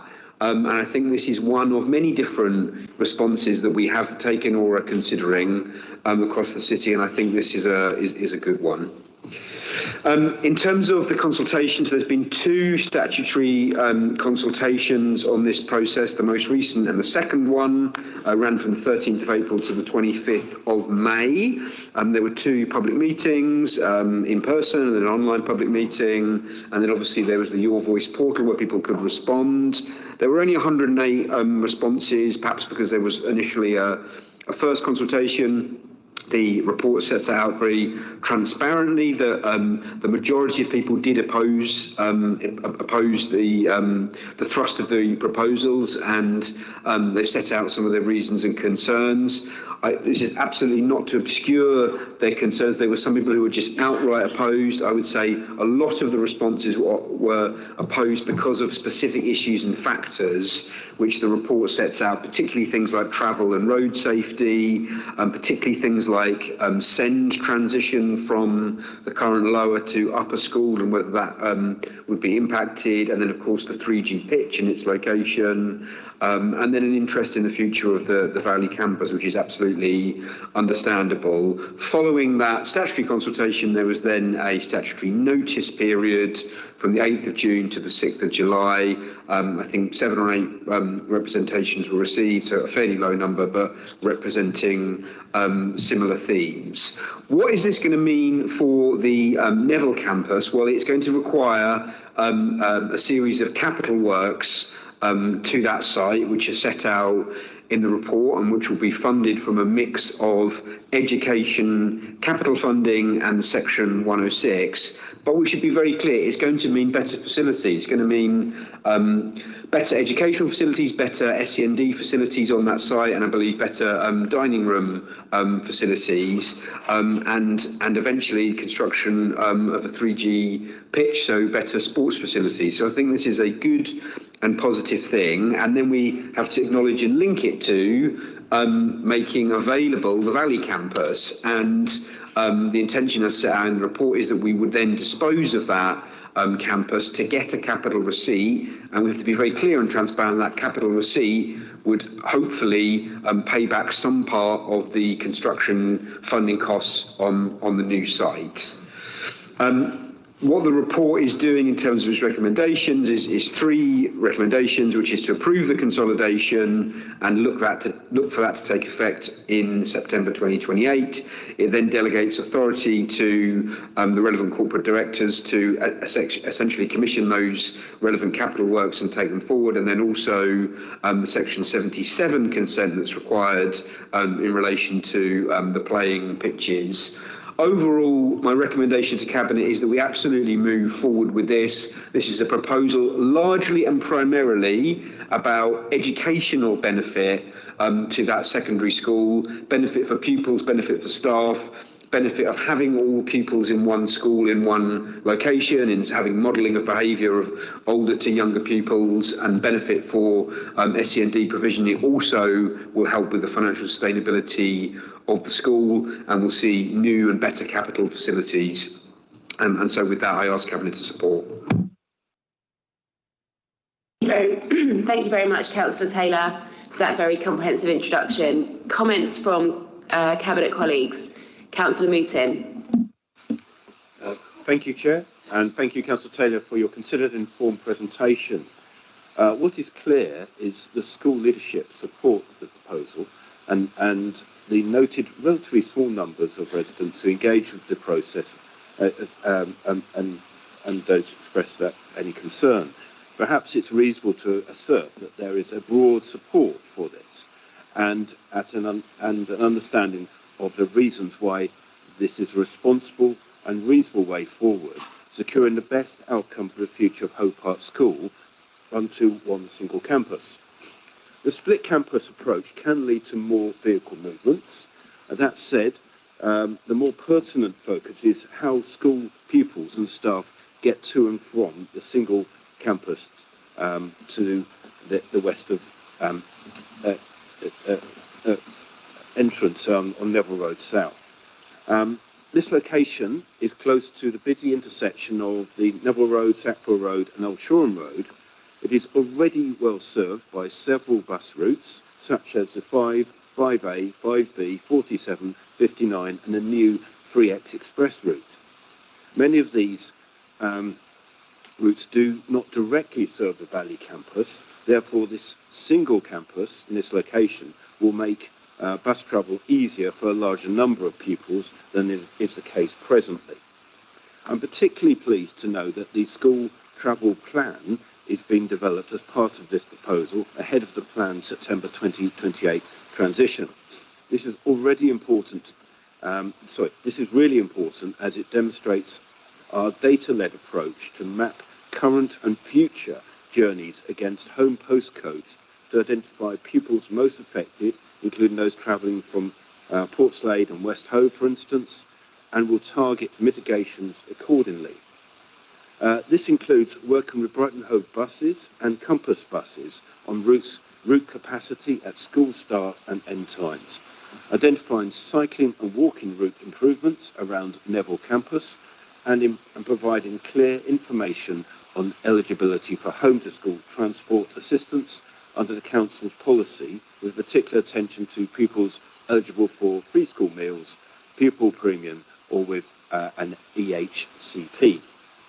We are also progressing with a new controlled parking zone in this area, with a proposed meeting with ward councillors and residents for co-design for parking to work well for this community. This may include an opportunity to review school drop-off and pick-up timing, parking arrangements, and walk and stride options.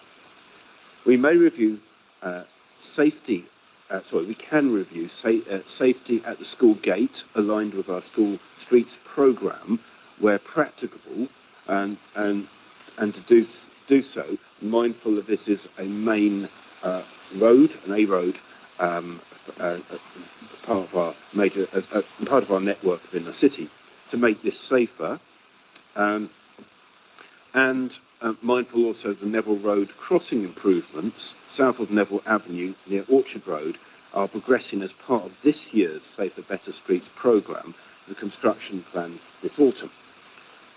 Pedestrian and cycling safety in the vicinity and cycle parking capacity within the Neville campus should also be reviewed as part of the school travel plan to encourage more people to actively travel and consider public transport as their preferred option rather than rely on private cars to get to and from school.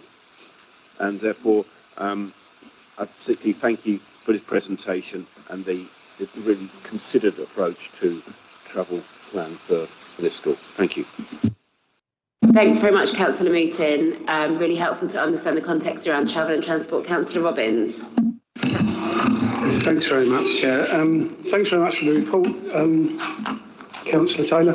And I know it's not covered in this report, so I'm perhaps speaking a bit out of turn, but the disposal of Valley campus, and it says there's no commitment being made through the report for the eventual planning at Valley campus, but I feel that I'd be failing in my duty if I didn't speak that at least part of that is left for some sort of sports facility, football pitches or some such like. I know it's nothing we can control, and it doesn't really affect this report at all. But I've already in the last 2 days had 2 phone calls from people saying what they're doing about the old school that they're moving out of Allen, because it would make a lovely football academy. So just to get an early bid in. Thanks very much.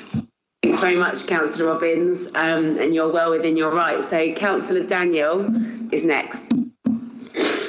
Yes, so Councillor Taylor and I have spent a long time working with school leaders on their proposals and making sure that we're really satisfied that what is going to emerge as a result of this is not only affordable and good for children, and that's their focus as well, but additionally, I think for me, coming on to the next topic I'll be talking about, which is sense efficiency, the opportunity to invest in a new send base, well, to relocate the send base there, but make it all fresh and brand new for those students is, too good an opportunity to pass up. That's completely within our sights as we want to expand and improve send provision. And so that is the part of this that excites me most. As you know, I'm not a particularly sporty person, Alan, so I'm less interested in your 3G pictures and whatnot that's being put there, although I appreciate I'm in a minority view there, but I'm so excited to see that coming forward. And I would just like to assure colleagues that we have spent many hours in meetings looking at different options before this was what was landed on. Thanks very much, Councillor Daniel. Any other comments from colleagues? Councillor Taylor, I was going to ask, do you want to come? Yeah, just final comment to partly respond on the Valley site, which Councillor Robbins has raised, is quite right to raise. There are also strong representations been made by ward councillors, Labour councillors and others about the future use of affordable or social housing on that site. And I think that is to come and is a long way off, obviously, because the site won't be vacated for some time. But clearly what we'll have to do is balance the capital receipt that we may be able to get to pay for or back pay for the capital works of the new site, obviously the provision of sports and recreation facilities and the provision of social and affordable housing, and again, as I say, versus getting capital receipts. So I think more to come on that, but it's certainly an important consideration, and I know residents are very interested in it. But overall, thank you for the comments and feedback from other Cabinet members, and as I say, propose that we proceed as recommended. Brilliant, thank you. I will just add 2 comments that I think this is a very positive step forward for all sorts of reasons. Obviously, there are financial implications, and there is a really good kind of business case for doing this.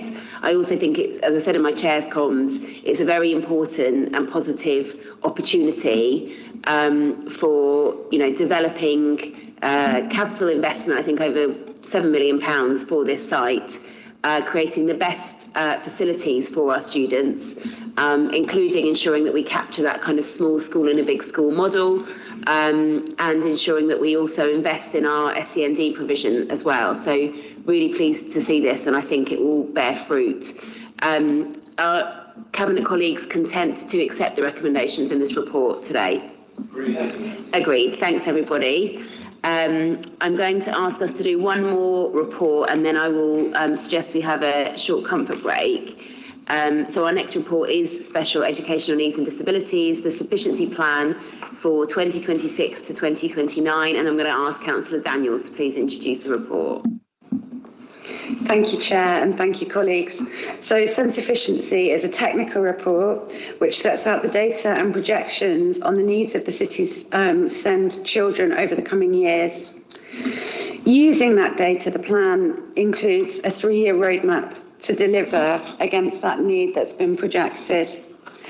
This was incredibly thoroughly scrutinised on Tuesday through pupil scrutiny, and it sits under our SEND reform plan.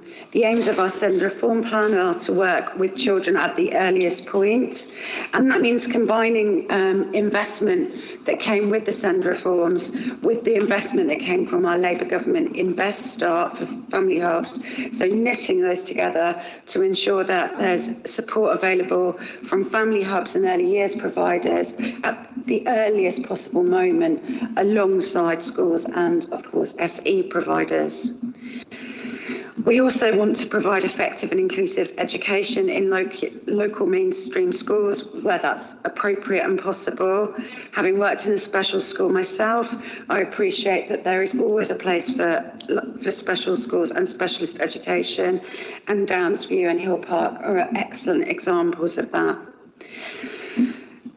And finally, I wanted to just say that this also does connect with our skills agenda, because we need to reduce not in education, employment or training numbers consistent to that strategy and objectives, and that's one of the areas that this plan is really focused on, because we're not doing quite as well as we'd like on that one area.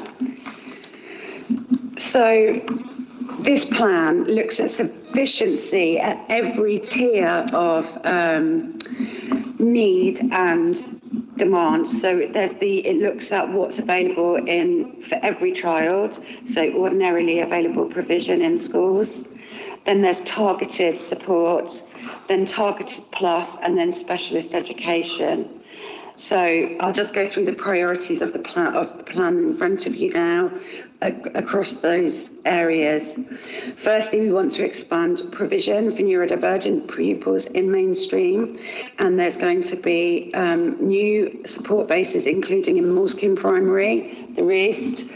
And second, to strengthen social, emotional and mental health provision. So there's going to be a new Year 9 SEMH places from September this year, along with some redesign of our outreach. Thirdly, we'll be developing specialist autism and SEMH provision. So 3 new primary specialist support bases. That'll be an additional up to 48 places in mainstream schools. And that target to deliver those places is September 2028. Strengthen, I did just speak about the early years and the best start and knitting things together. Strengthen the early years and primary support-based provision. So we're phasing in early years inclusion bases, 2 new complex needs support bases in mainstream schools by September 2027. And 5, just to go to that point that I was talking about where we feel that we're doing more weekly, is that post-16 provision. So there's Sussex-wide work on further education course development and pathways, so how pupils are transitioning into that FE offer, and 20 more supported internship places. To give you some context around which this plan is built and the data on which decisions are made, we have around 30,000 children in our city. 26% have an identified SEND need, which is much higher than national average. 6.4% have an EHCP, which is just slightly higher than average on national average. In line, but slightly higher than the national picture, our SEND and EHCP needs are growing fast and have done over the last 10 years. And these figures will bring that decade of increase to life for you and show you why I focused in on autism and SEMH. Over the last 10 years, we have seen a 682% increase in autism as a primary need and a 60% increase in social, emotional and mental health, or SEMH. So that was since 2016, and our projections show that continuing to increase. So as I said, I identified some of the inclusion bases and provision we're talking about. There will be 10 new inclusion bases. And I'd like to just mention and thank Marlowe for my visit to theirs, one of the most mature in the city. It was opened one of the earliest, so it's furthest along the journey. There are videos on our council social media channels. What I saw there were children who were self-confident, happy to be in school, enjoying learning, with an environment and enough staff that they could get that individualised support and an environment that helped them thrive. It was the most joyful thing, honestly. I could spend days just visiting all of those and do nothing else. I'd love it. And like I say, I wanted to just underline that it is important that we keep maintaining our eye and monitoring on our better 16 plus provision. Right now, we are already using the government investment that we have to recruit experts at hand to support and train the team around the child, whether that's in school, nursery, or through our children's services and family hubs. And to bring that to life, we're recruiting educational psychologists. We're recruiting teachers of autism to provide that specialist knowledge and access for staff and students, and speech and language therapists, which are always much in demand, and to bring to life why that's important. And I talked a bit before about, in the questions, about our APST team. Don't ask me what that means, but it's basically what I think of as a bit of a collection of heroes that go out and work and do one-to-one interventions, all different specialists, very similar to what the Experts at Hand, probably a predecessor to the Experts at Hand model, but we're not losing it or replacing it. Experts at Hand is on top of what we already spend. That's around £40 million of investment in SEND education. The APST team, one of those teams is based in Rudyard Kipling School. You and the head teacher said it was like an answer to a prayer.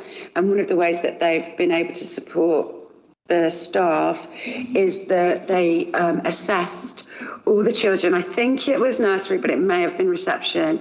The speech and language therapist assessed the whole class, so that as they transitioned, the new teacher had lesson plans designed around the needs of the children in that class, and any children that needed one-to-one were identified at that point.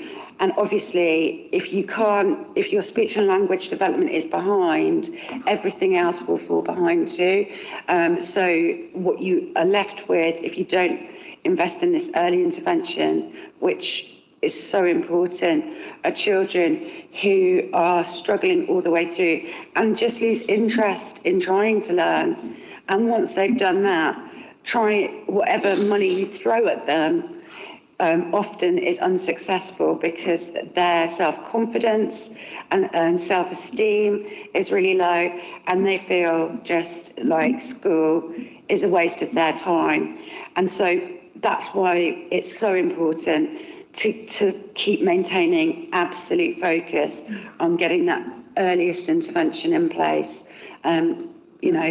from birth, basically, and even before with parenting support. It's really important. So thank you, colleagues.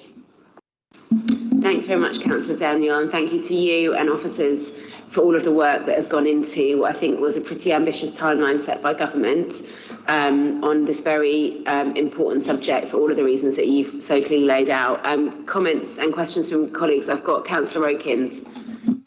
Thank you, Chair. Thanks, Councillor Daniel, for this. Very strongly support this work, and thank you to you and the officers who I know have worked on a pretty tight timeline with this. I think it's incredibly important. More local provision, earlier help. I think particularly the stronger mainstream inclusion is very positive indeed, and a clear recognition, I suppose, that support for children with SEND has to be sort of a planned, funded and delivered as a core part of the city's education system, and not sort of treated as a bit of a sort of add-on sort of on the side. So I think it's really good.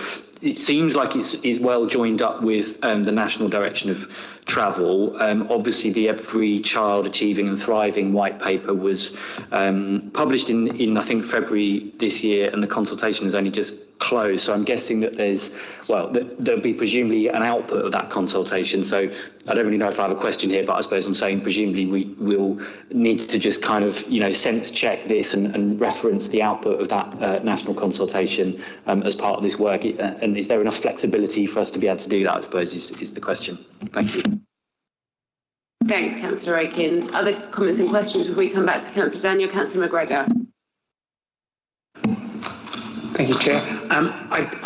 Councillor Daniel, just wanted to say it's such a kind of comprehensive look for these children. And I remember when we were first started, and I was elected in 23, the amount of people in Whitehawk that were contacting me saying that they just didn't have any support, and they were waiting for so long. And I've seen that get better over the time we've been here, and anything that we can do to help people get support in a much kind of quicker way is just wonderful. And looking through this, there's so many steps in place which are given that. And as somebody that was kind of diagnosed later in life, it's such a massive thing for kids to be able to get that support and get that one-to-one education that so many people haven't got.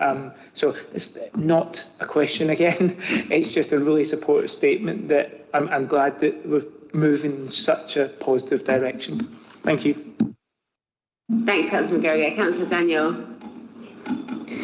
Well, as Cabinet, we always have the opportunity to review any policy should we need to, but I'm very confident that the sufficiency planning is based on our data and projections and good practice, and our direction of travel ahead of the government white paper was very much in line with that thinking. And just to speak to you both really about this being so core to us in thinking about education.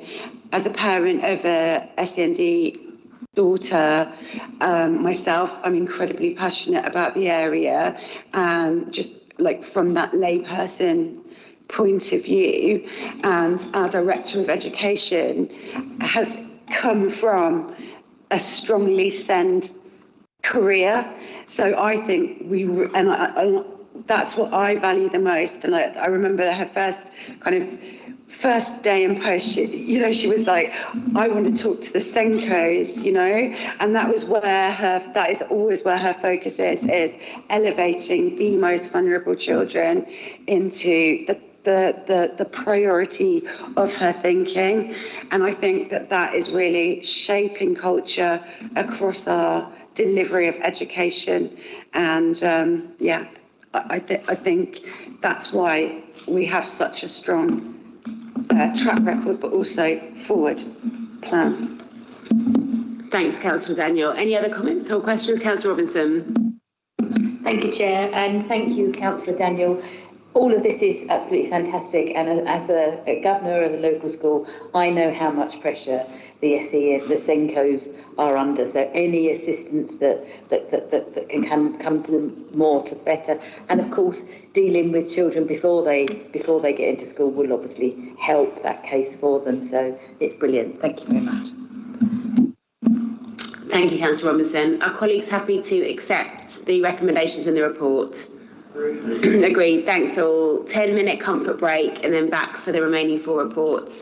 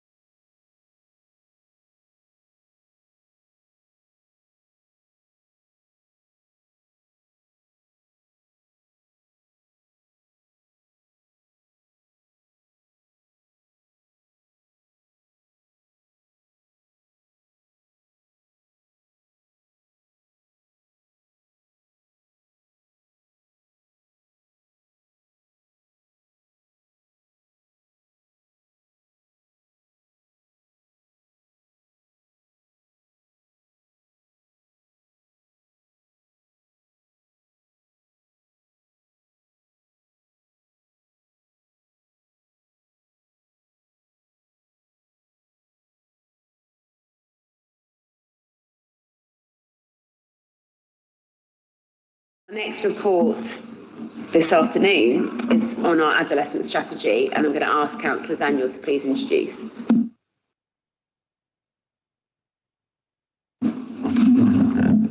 Thank you, Chair, and thank you, colleagues. So the adolescent strategy replaces our complex adolescent strategy and now incorporates our Young Futures and our universal offer. The provision is for young people age, and the whole strategy relates to young people aged 10 to 21, unless they are SEND, in which case that goes up to age 25.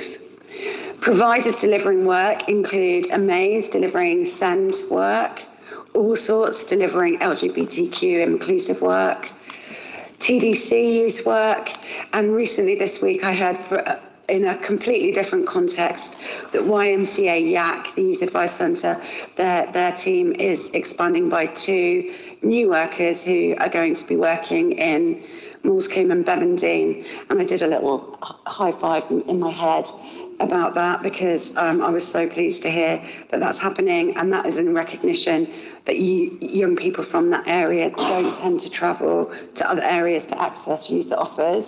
So I was really, mentally very excited about that, but kept it in because it was a different context. The governance of this strategy is the Brighton and Hove Adolescent Partnership Board, which includes our criminal justice partners. And the reason that it includes those criminal justice partners is because the adolescent strategy is the main strategic approach and actions that we do, but underneath that sits our youth justice plan, which Councillor Shared will be taking through to Council. So it does include those criminal justice priorities. There are 3 tiers of the work. So the new aspect being included this time, rather than last time, is the universal offer. So that's youth work, for example, the youth clubs, and myself and colleagues attended the opening of the new Knoll Park Youth Centre this year, which is fantastic, and it's just brilliant to see new provision. I also visited youth clubs out in the Deans, at Saltdean Lido, which aren't funded by us, but which are funded by the community for the community. And we need to recognise that communities themselves do an enormous amount of fundraising and effort to maintain youth work and youth offers in their areas. And I'm so grateful to them for that. The next layer is prevention and targeted support, which includes things like our hospital youth work service, which, having taken my daughter to A&E a while ago, I've seen in practice. She didn't need it, but I saw them working. And basically what they do is work with young people who have been admitted to A&E with injuries relating to maybe peer violence or drug and alcohol issues, or maybe self-harm issues. I think that's a really important and vital piece of the whole jigsaw. Gets in at hopefully the first moment where a harm has been done, and can then help move that young person into a much healthier place. Then the next layer is the intensive and complex layer. At this layer, there are developments around one-to-one interventions, often around drugs, and there's also incorporates those criminal justice aspects. So that's where the intensive supervision and support to prevent custody, where possible, will happen for young people who've begun to demonstrate any criminal behaviour. And I wanted to talk and just flag specifically, because I know that there are parents who have come to members of the council to raise concerns about ketamine use, and that can sadly start quite early. I think, as young as 10 has been known, and ketamine damages anyone's, but in this case we're thinking about young people's bladders, and it can leave them incontinent and in need of permanent support around that, or operations and various other interventions, and they may not be aware of that risk. Our public health leadership is really strong on this area. She has worked in London on these pathways as well, and she is working with the health service to ensure that those pathways to support not only to hopefully stop the use of ketamine or reduce the use of ketamine, but also once someone has been damaged by ketamine, they'll be entering health services that are designed for very elderly people by and large. And it's important that those doctors, nurses and occupational therapists who work around incontinence have the skills and awareness and to make their service accessible for much, much younger people. So again, I like to always give you context. We have 13,303 secondary school children. That's not everyone who's covered by this policy, but it gives you a rough idea. A quarter of them are free school meals. And then I wanted to just give you a sense of the scale of the young people and children at the point of needing intervention.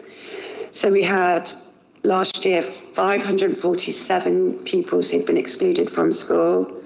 Special mention to Patcham High School for not excluding any children for 5 years. National leaders, so thank you to them.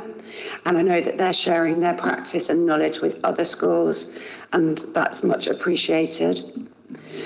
We had 45 children who were red rag rated, and they're actively managed by senior social workers who have weekly meetings to discuss tactics in keeping those children safe from harm or safe to others. We had 135 young people and children entering our Are You OK substance interventions, 32 first-time entrants to the youth justice system, and 5 sentenced to custody. And I will just also say in the developments that are into this plan is work regionally to devise our own regional custody alternatives, that we would have more control and say in the design of those, and hopefully they would be safe and effective alternatives to custody. The interventions, strategy, and monitoring have the voice of children at their heart, and they've been involved all the way through. And what I would say is that from a picture of immoral governmental neglect, here we are with a Labour government and a Labour council opening those new centres, investing in services and staff that are a priority for young people, not least our £200,000 a year that we're investing in mental health in secondary schools, which was exactly what they said they wanted us to do. We're also ensuring their voices are central to democracy nationally with votes of 16, but also through the transformative approach to how we engage with our youth council, which Cabinet approved last year. Thank you, Chair. Thanks very much, Councillor Daniel. Comments and questions from Cabinet colleagues. Councillor Sheard.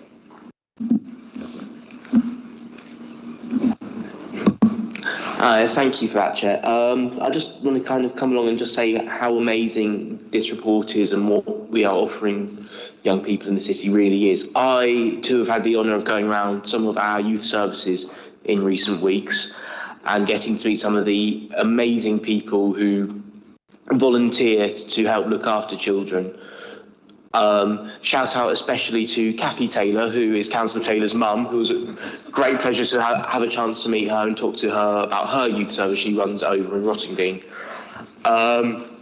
But sometimes when we speak about children and young people, we sometimes only focus on them between the times of 9 and 3:30, and the second they leave school we take this laissez-faire approach, leave them to their own devices, they'll get on, they'll be all right.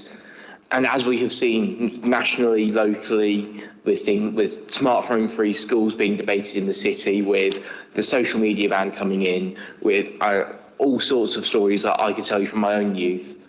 When you leave kids, when you don't monitor what's going on, when you leave kids alone, when you don't have any interaction, they will go off and they will find whatever they want, and they'll consume whatever is out there without the context and guidance that a young developing mind needs. And especially with the social media ban coming in, making sure that we have a sound youth plan so our children have something to do, some way to engage with the city, with their surrounding, their community again, it's absolutely vital. I'd also like to highlight how some of the successes. We have 13,300 children in secondary school.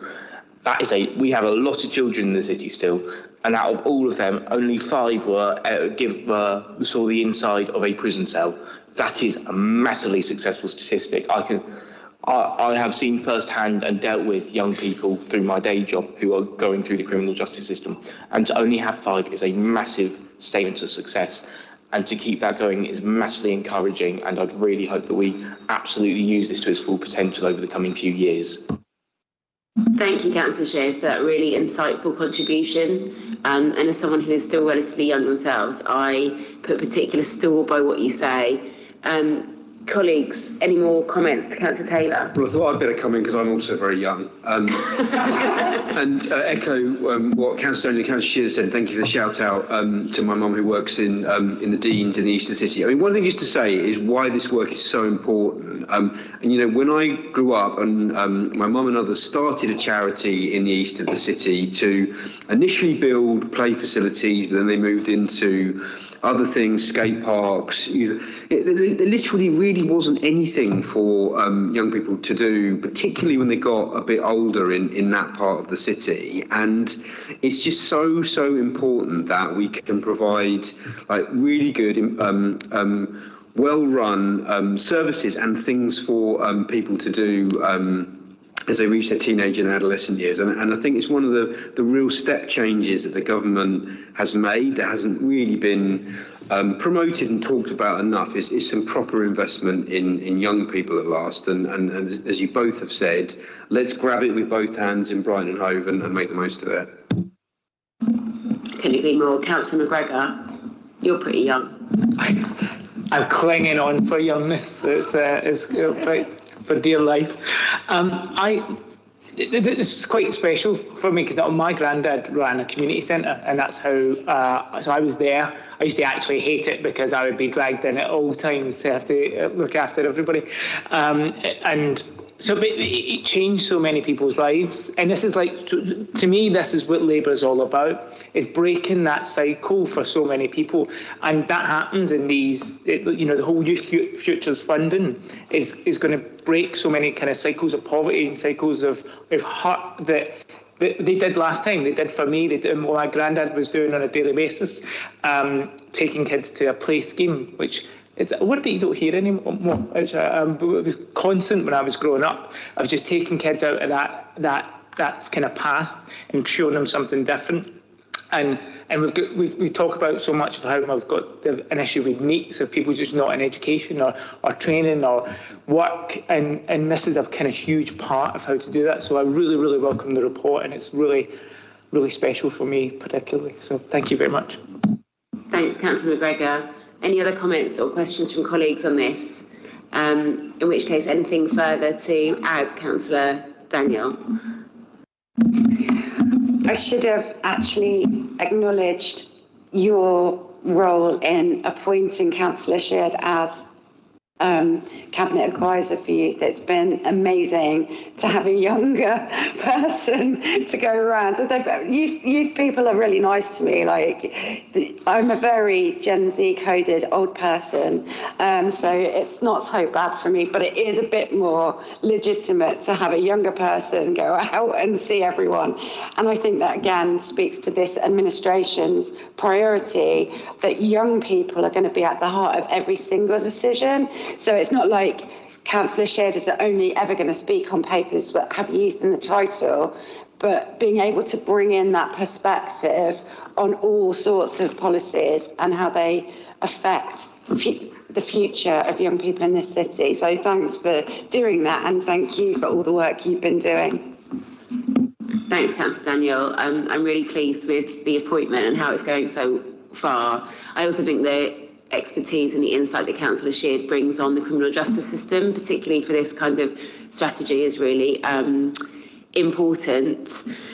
And I think you're absolutely right to identify that we are seeking in every area of the work and the policy development we're doing as an administration to put young people at the centre of it, whether it's our work in schools, and obviously we discussed the Hove Park paper earlier, or whether it's this. But I do think, as Councillor Taylor says, that the youth provision and the youth focus that we're now getting from government is so important. It means we can work in a complementary way.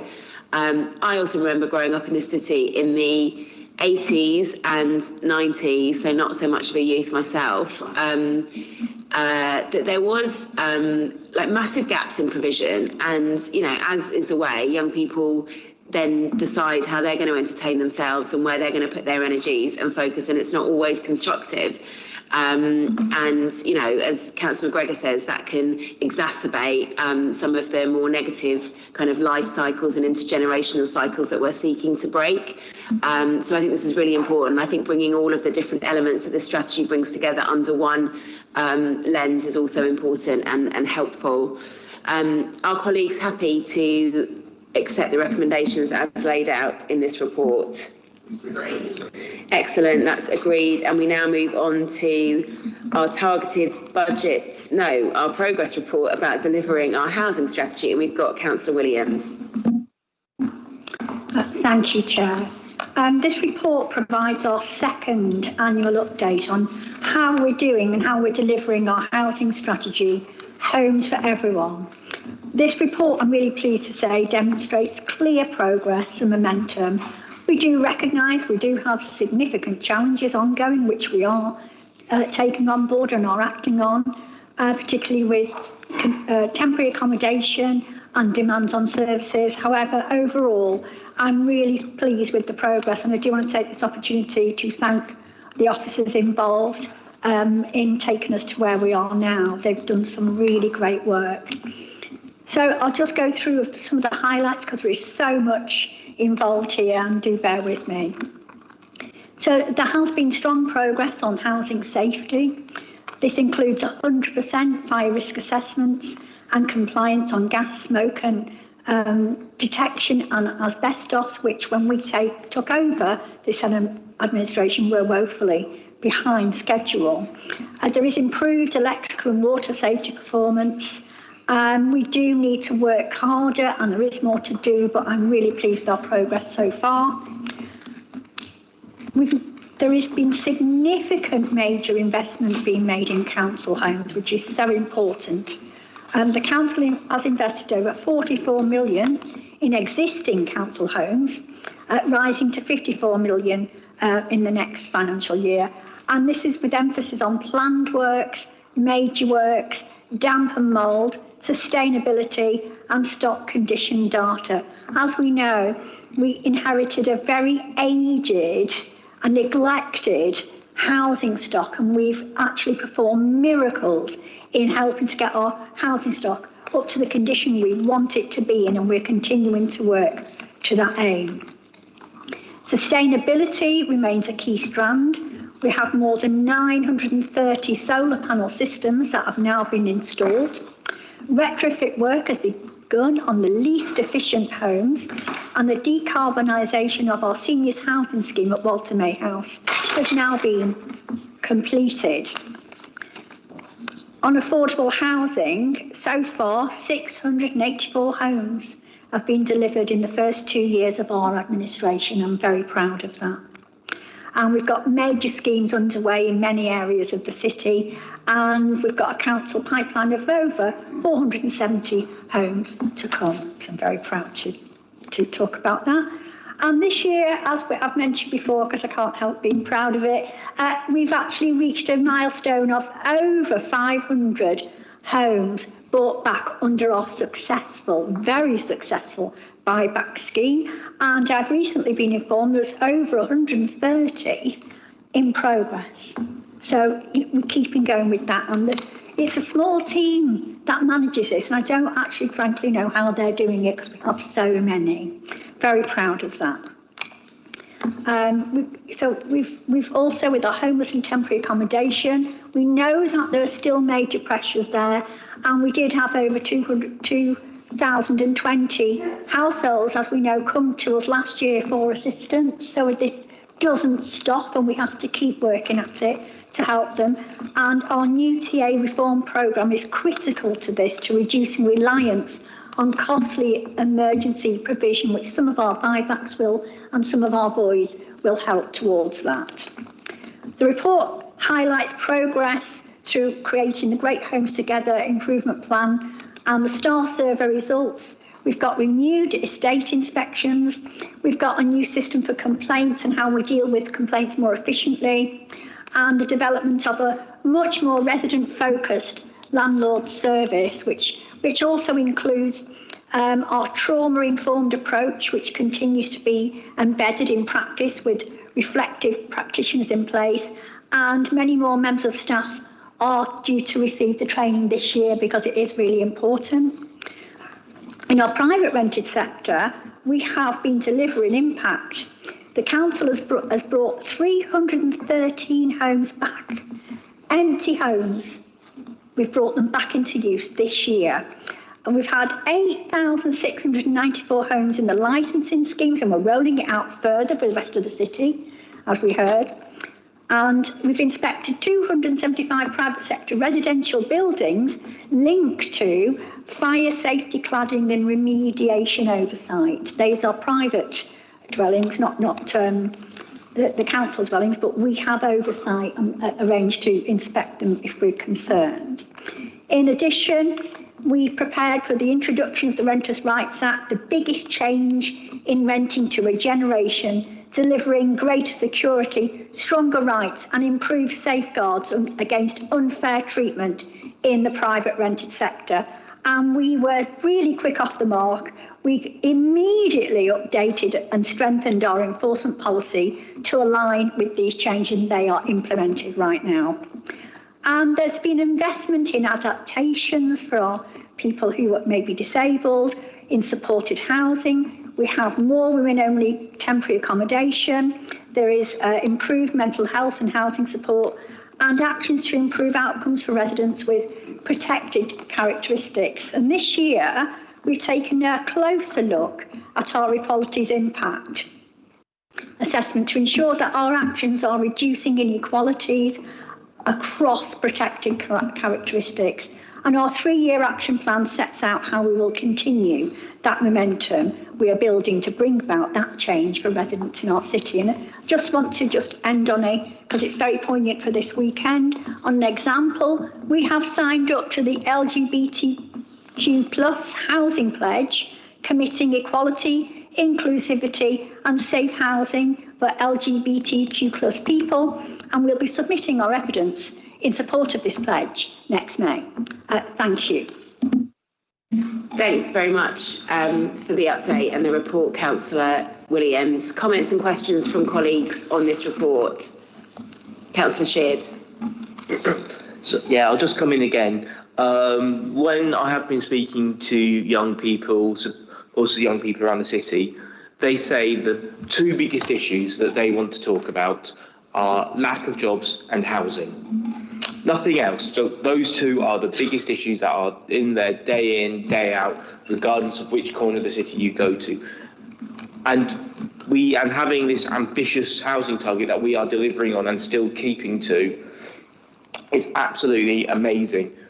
When we were elected in 2023, we came in thinking that we were setting an overly ambitious target of getting 800 additional council homes. Seeing that we have had around 458 delivered within 12 months, I think it's safe to say we're going to blast that out the water, that target, which is absolutely amazing. Affordable housing for so many people has since slipped as a distant dream of a bygone era that people only talk about in the pub and reminiscing about the 1970s. Having this as a future again just is offering so much optimism, and knowing I've worked with Councillor Williams for the first couple of years when I was elected on the housing team, knowing how dogged she can be when she gets the bit between her teeth on an issue, I absolutely believe that this is going to go absolutely miles, and I'm really glad to see the progress coming forward is so positive. Thank you, Councillor Sheard. I've got Councillor Alexander, then Councillor Meaton. I just want to make a comment on the solar panels that have been installed in homes. So there are roads you walk down in Moulscombe, and every single council property has solar panels on the roof, and it's it's just really nice. You just walk down the road and see all these lovely rooftops. And then I'm not sure if people are aware, but last week for social value, the council had installed solar panels for free on top of St George's Hall Community Centre in Moulscombe. And I think that's really brilliant for the community, because that's where like the food bank runs and all the community groups. So I just think that's amazing. So just wanted to make a comment. Thanks, Councillor Alexander. Councillor Meaton. Thank you, Chair. Thank you, Councillor Williams, for this report. And really, perhaps I'm going to make a comment as well. For too long, I think when we started this administration and before, people living in council accommodation often felt the council didn't care, and those people in private accommodation, renters in private accommodation, felt very powerless. And what I think with the combination of these changes that have been spearheaded by the council and by national government is a change from that. So in terms of the council accommodation, we do care, and we're actually acting on that. So we're not just a reactive council trying to resolve things as and when they're reported, and it takes time and people just get frustrated with how long it takes, etc. But actually moving towards a proactive, planned approach. And I see that absolutely starting to take hold as we sort out the backlog of some of the repairs and get into a proactive approach. We can plan, and this much more better use of the resource that is available, but also the residents starting to feel that the council are doing things in a positive way. And I really do think at the heart of this, and I think it came out in your presentation, Councillor Williams, is that these are people's homes. They're not assets to these people living there. They are home. And I think this is so important, both from a council perspective, that we honour and respect that and respond to that on that basis. And I see this happening more and more as we get ahead of the backlog and proactive response, but also for private renters having more power and say in relation to their home through landlord licensing and renters' rights reforms. And so I really, perhaps a comment, but thank you for all your hard work and the team, the housing team and the council to make the difference. I know many tenants in our city will want to see as they live in their homes for years to come. Thank you. Thanks very much, Councillor Meaton. Councillor Robinson. Thank you, Chair. I mean, there are so many good parts of this report, Councillor Williams, but following on from Councillor Mooton's comment about the tenants and in their homes, I was really pleased to see in 3.33 that our sort of satisfaction score has improved dramatically. So this year, 71% of residents said they were satisfied with the service that we provide as landlords, and 77% said that we treat them fairly. That's an increase from something like 63%. In addition to that, what I'm also very interested in reading in this report is that we've been talking to government about short-term lets and what possibly could be brought in, possible changes that could happen with legislation. And I understand that officers, and no doubt Councillor Williams, have been talking to DCMS about the support to roll out proposals to bring in some kind of legislation, and that how we could well be an early pilot authority for the government's short-term lets registration scheme. That's absolutely fantastic on top of the landlord licensing. You're all doing so well. Brilliant. Thank you. Thanks, Councillor Robinson. Thank you, Councillor McGregor. I just want to say very quickly the sort of mess that we did inherit in this, and I know that Councillor Williams will know that the casework that we had to go through of, you know, repairs that weren't done on time, and I even walked into a woman's home once, and she had a mushroom the size of my head growing out of her kitchen wall. It was like unreal. I was just so shocked. But even just in the stuff that we're getting in, it is massively going down. Like, the repairs are being done at a quicker rate. You know, that satisfaction is clearly going up, because we're just not seeing the casework that we used to in that first year. And so it's just to say that there's clearly, and the residents are seeing that there's clearly been a huge improvement in those council homes. So I just think it's a real testament to the work that's been done. Thanks, Councillor McGregor. Any other comments or questions? I'd really echo, particularly Councillor McGregor's last comment there on casework. I certainly am seeing that in my ward as well, that the systemic changes we're making, the focus that we're putting in the right places, and I think the changing culture that is being led are all having a real impact on the ground, and I'm certainly seeing that in the casework that I see or now don't see, as compared, as Councillor McGregor says, to the situation we inherited in 23. I want to pay tribute to Councillor Williams, but also to the work that officers have done to really shift things for the better, so thank you. Okay, are colleagues happy to accept the recommendations? Agreed. Our penultimate report today is on the targeted budget management report for month 2 in this financial year, and I've got Councillor Taylor. Thank you, Chair. TBM2 is obviously the first detailed monitoring report of the 26-27 financial year, and it provides an early assessment of the risks and pressures facing the Council's revenue and capital budgets, and also demonstrates the importance of why we need to maintain a strong grip on our finances. We should be clear from the upfront that the report highlights a worrying position of a potential forecast overspend of 19.8 million, and then further potential risks that could manifest that are set out in a separate report. As we'll be aware, clearly this council and many others continue to operate in an extremely challenging financial environment where demand-led services, inflationary pressures and broader global economic uncertainty continue to place significant strain on our finances. The whole point of these reports is to identify these risks early and allow us to take corrective action or mitigations to strengthen our position before they become unmanageable. I think the report is very clear that there are 2 main drivers for the shift in the overall forecast versus the budget that we've set.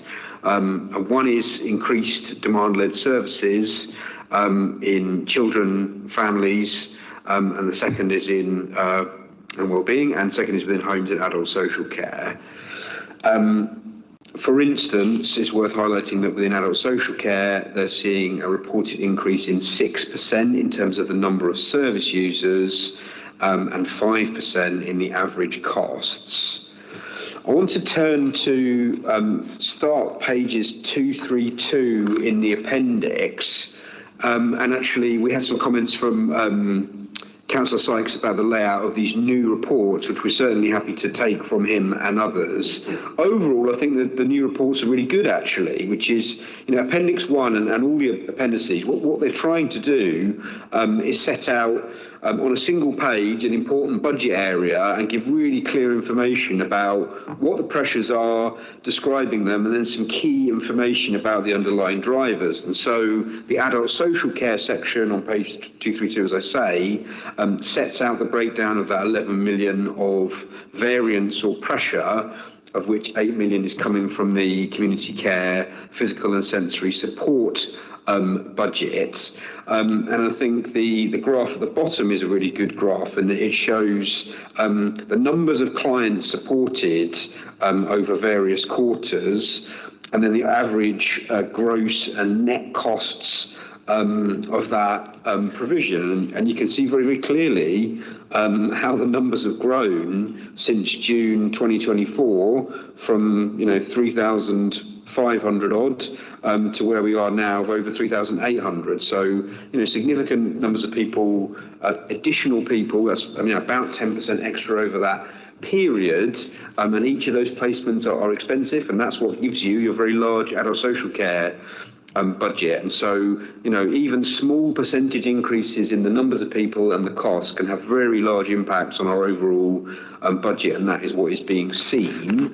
And then similarly, on page 229, family help and protection, overall pressure of about £3 million, of which all of that is really coming from children in care placements. And again, there's a helpful graph at the bottom that shows the average weekly residential placement costs. And from 2018-19, just under £4,000 a weekly placement to now £8,000. So, more than doubling the unit cost in less than 10 years. And I think that really tells the story in itself of the pressures we face. So what do we do to respond to that? Well, what we do is we have to be extremely responsible with our overall budgets and manage them, but we also have to protect the city and its services.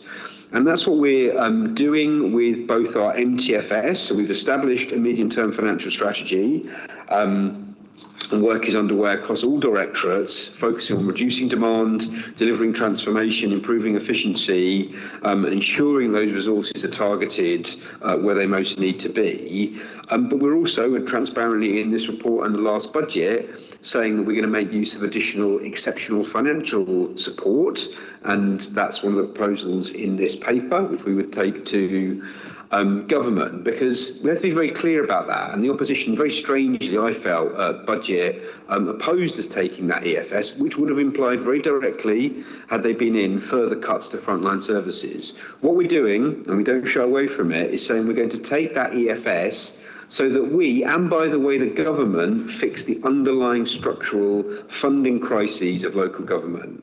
We're not taking the other option, which is implied by other parties, of just reacting rashly and slashing frontline services. We're not doing that, and I don't think the government really thinks we should do that, whatever guidance is given at various departmental levels. And so we do have a plan, and we're developing more detailed plans to address and fix the underlying pressures to do things more efficiently, but we need time to do that, and that's why I recommend that we do apply for that additional amount of EFS, which is neither a bailout nor is it us going bankrupt. It's merely flexibility to either borrow more or release capital receipts to fix our underlying issues. All that said, I think it's worth saying that despite these challenges, this administration remains extremely ambitious for the city and for the council, and focused on protecting frontline services. I mean, how many things have we heard about today across SEND, across adolescent, across investing in our waste service, where we are absolutely not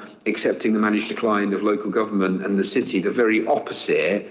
We are charging ahead. We're trying to improve services, trying to build a much better city for all our residents, and trying to restore faith and excitement in local government and what local government can be, not least within the devolution settlement that Councillor Sankey mentioned, and not least within the overall ambition of our soon-to-be new government for more devolution, more power and money to local areas to develop growth and prosperity in every region and postcode in the country. With that, Chair, I will conclude and happy to take any questions.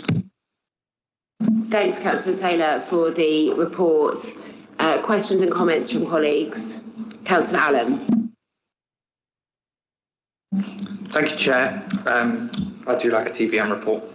I'd like to focus on Appendix 3, which goes over the innovation and transformation portfolio, which sits with me, and it's it's a fun thing that sits with me because it covers so much of what the council does across new and innovative ways that we can deliver council services to residents without having to do what Councillor Taylor said, salami slicing services until they're bone thin and not resilient, and also not giving good good services for our residents. So that's not what we want. Rather, we are going to deliver 74.4 million of the 93 million of total savings within the 4 years of the medium-term financial strategy, and we do that by changing the ways we work.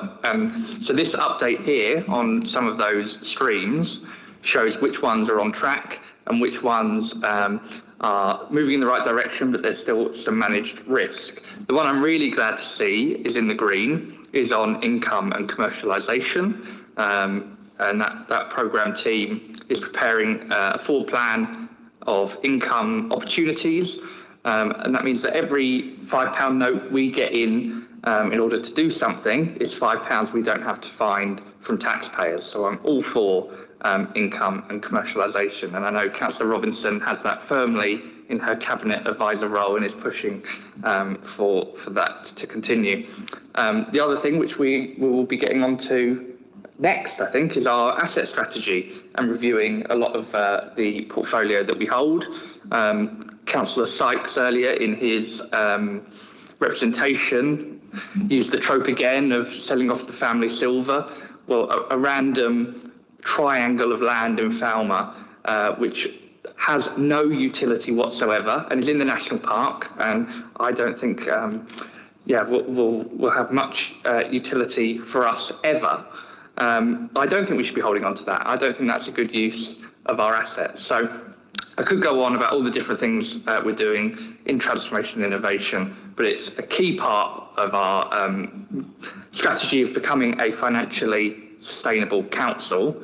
And I don't think any other political entity in this city would have the ambition, the drive and the vision to deliver something like this. So it's exactly the right thing to do, and that's why we're doing it. Thank you, Councillor Allen. Any other comments or questions from colleague Councillor Mooton? Thank you, Chair. Thank you, Councillor Taylor, for this report, and perhaps Councillor Allen for referencing the TBM. In closing remark there, Councillor Taylor, was restoring faith and excitement in local government.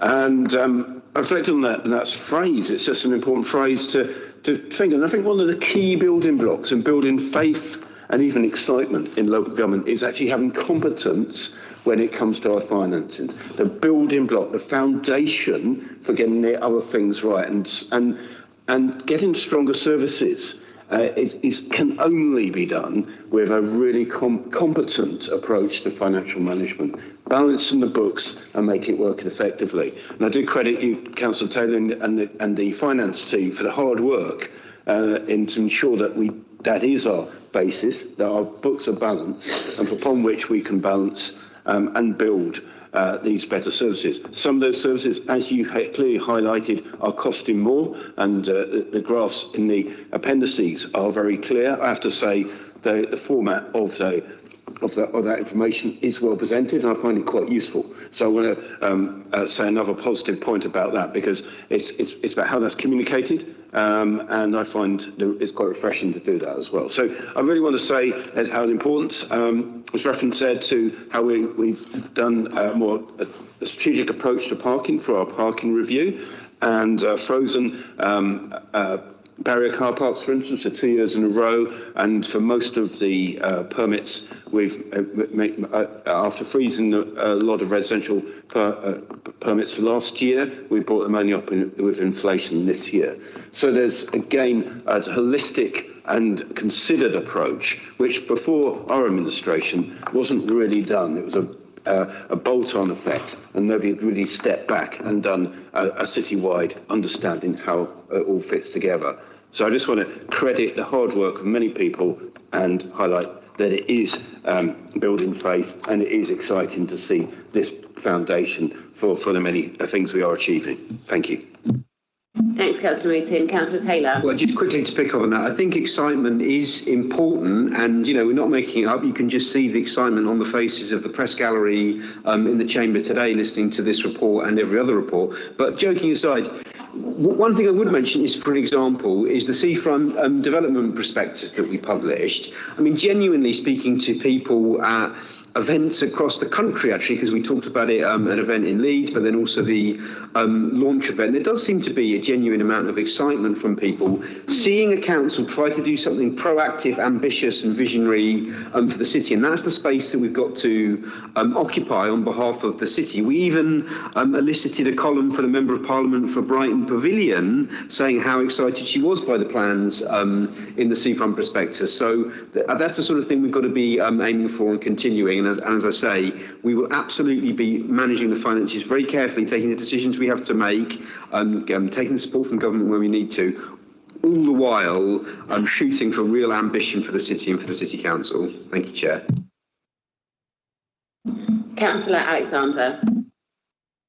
As we know, one of the big pressures for the council is adult social care, and I have every faith in our Labour government that we'll be seeing a reform with adult social care in the very near future. And it's one of the areas that Andy Burnham has long been passionate about, and he reiterated his commitment earlier this month, saying it is urgent, the need to fix social care. And I personally would look at all the implications of that in relation to inheritance tax and care charges. I wouldn't flinch from it. So I have every faith that we're going to see change soon. Thank you, Councillor Alexander. Any more comments or questions from Cabinet members on this report? In which case it just leaves me, I suppose, to conclude on this item, which is, yes, we are in a difficult financial position as a council with a forecast general fund overspend this year of almost 20 million. I completely support the balanced approach that I think we're taking in this space, both putting as much effort and energy and focus as we can on the transformation work and delivering on our medium-term financial plan, whilst also doing the responsible thing and making this additional request to government for exceptional financial support. Just drawing on Councillor Alexander's comments just then, I think it is very important that we are clear-sighted about the fact that no amount of internal transformation work in this council will deal with the structural underfunding that has been kind of baked into our system over very many decades, with adult social care being the sort of pinnacle of that, if you like. And it's really laid bare in the figures and the contribution that demand-led pressure is making on our in-year projected overspend. I also am heartened that our incoming Prime Minister, Andy Burnham, has for a very long time been very, dating back to when he was Health Secretary, has been very clear that this needs fixing and it needs structural and systemic fixing. I was at the local government conference in Bournemouth last week, and I was really heartened by the presentation by Louise Casey, who has been commissioned by the government to look into this issue. It would seem to me that her analysis and her thinking so far is exactly right. She describes it not as a system that is functioning, not even a set of systems, but rather a different kind of a set of patchwork. A set of patchworks that don't even speak to each other and therefore leave families and sometimes vulnerable people slipping through the gaps. Many people unsure about the support that is offered, how that support fits together, how to best access it, and what decisions to make themselves in order to support themselves, particularly when we're talking about elderly people, when we're talking about issues around frailty, dementia, and so on.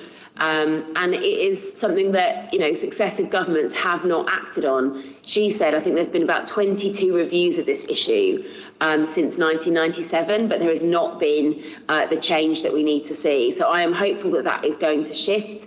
We as a local authority will play our part, and it's certainly something I'm very focused on in my role as the Deputy Leader of the Labour Group on the Local Government Association in terms of making representations to government and influencing the outcome of the Casey report. We need action on the long term and to fix the financial underpinnings of the system, but we also need some immediate action and we need some early recommendations that can be acted on swiftly, given the pressures that we're feeling. I was also heartened that in his speech at the People's Museum in Manchester earlier this month, Andy Burnham was very clear also that pressures like temporary accommodation and the pressures that is putting on this council and indeed councils nationwide are a signal that the system is not working. It cannot be right. It cannot be sensible. It cannot be good value for money. It cannot be good for residents that are left in insecure housing and temporary accommodation, that so much money, so many millions of pounds each year is going directly into the hands of private landlords while not providing the security of tenure and the quality of housing that we would want all of our residents to experience. I'm proud of the action that we're taking here to work within the system as it is, to make as much progress as possible, whether that is block purchasing temporary accommodation to give people more security, whether that is action to drive up standards in temporary accommodation, whether that's bringing more of it in-house. I feel as though we are currently using every single lever available to us to help improve the situation, but it still remains that we have over 2,000 families in temporary accommodation. 40% of the people in temporary accommodation in this city are children. That is the issue that keeps me up at night and makes me feel as though we are not doing everything we can for the children that deserve so much more. So we need the support from government to fix this. We are standing ready and willing and prepared to act as early as possible if we get more support from government in terms of fixing the foundations. I'm really happy to support the recommendations in this report. And I'll just add one more point, actually, which is that the fairer funding reforms that we saw from this government were positive in the general direction of travel, ensuring that funding from central government going to local authorities follows need and deprivation much more than it did under the previous system that we inherited from the Conservative government, and indeed the way in which they manipulated that system, in their own terms. Rishi Sunak in the Garden in Tunbridge Wells joking about the fact that he manipulated the system to send more money to more prosperous areas. That said, we now need to complete the job, and our Labour government and a new incoming government needs to fix the job. And cities like Brighton and Hove did not get what they needed from those fairer funding reforms. There are reasons why, as a pretty densely populated urban coastal city, which has a high LGBT population, a high student population, which has a lot of families and younger people. Yes, we talk about falling pupil numbers, but we are still a young city. That means that we have a complex set and matrix of challenges, which, yes, we are ambitious to address as an administration, but we cannot do it if fundamentally the funding envelope available to us is too limited. The fact that we have the highest female suicide rate of anywhere else in the country should be an alarm bell and a warning and a signal to our government that we need a particular type of support in this city because of the complex and layered challenges that we face. And so I will keep banging that drum and making representations to government to get this city the share of the pie that it deserves. We need to grow the pie and we need to get that little bit more of it. So on that note, I commend these recommendations. Our Cabinet happy to agree them? Agree. Thank you, colleagues. Our last report today is on asset strategy, and I've got Councillor Taylor again to introduce this one. Thank you, Chair. And just picking up where Councillor Allen left off in the previous item, which is to say that, contrary to what we sometimes hear from some opposition councillors, our assets are not really the family silver in that they're not trophies sat in a cabinet. They're assets for the benefit of the people of Brighton and Hove. And our job as councillor and stewards of those assets that we take very seriously is to figure out at any given one time what is the best use of those assets for the people of the city. What is the best use in terms of trying to develop housing? What is the best use in terms of trying to release capital receipts to protect other services? What is the best use in terms of trying to generate capital receipts to innovate and fix underlying services? And clearly that's the context that we're considering this report. To reiterate, our medium-term financial plan does require the generation of capital receipts. This isn't a new thing, by the way. There have been very large and significant capital receipts at most points in the history of the last 30 years of this council and its predecessor council. King's House on the seafront was a very significant capital receipt. Churchill Square at one point, many years ago, was a significant capital receipt. And that is an important part of what councils have to do. It's not about a fire sale and selling everything. We're maintaining many and most of our most valuable and high-earning assets. This is about looking at, in and around the edges of our portfolio, what things could we release for other purposes, and so that's the context. I'll just go through briefly the properties that are highlighted in the report, and I'm going to start with the most substantial one, which we've touched upon in the questions, which is New England House. I won't recap all of the background, but so the public and Cabinet are aware. Clearly, in November 2024, an independent fire engineer report concluded that New England House presented an intolerable fire risk in its existing condition. In March 25, we agreed to secure vacant possession by the 30th of September, and indeed most tenants vacated by that point, but full vacant possession was achieved in June of this year. We now need to consider the future uses of that large building that requires an awful lot of work to make it safe, and that's what's set out in sections 3.7 onwards. Broadly speaking, there's two high-level options for the building considered. One is what's called a deep retrofit that might also include extending the height of the building. And that's a very, very significant estimated cost of £67 million. I know that seems like a high cost, and people may think, oh, is the council over-egging that? Seeing many other construction projects, both of the council and in the private sector, I don't think that is a wild estimate at all. And given the rate of construction inflation, it's entirely possible that if we were to pursue it, by the time we got round to it, that number might increase. Even if the number were lower, I think we have to be very clear about what the report is setting out, is that the payback period for that is significant, and we wouldn't be getting handover until autumn 2029, and there would be a peak potential budget pressure of £15 million.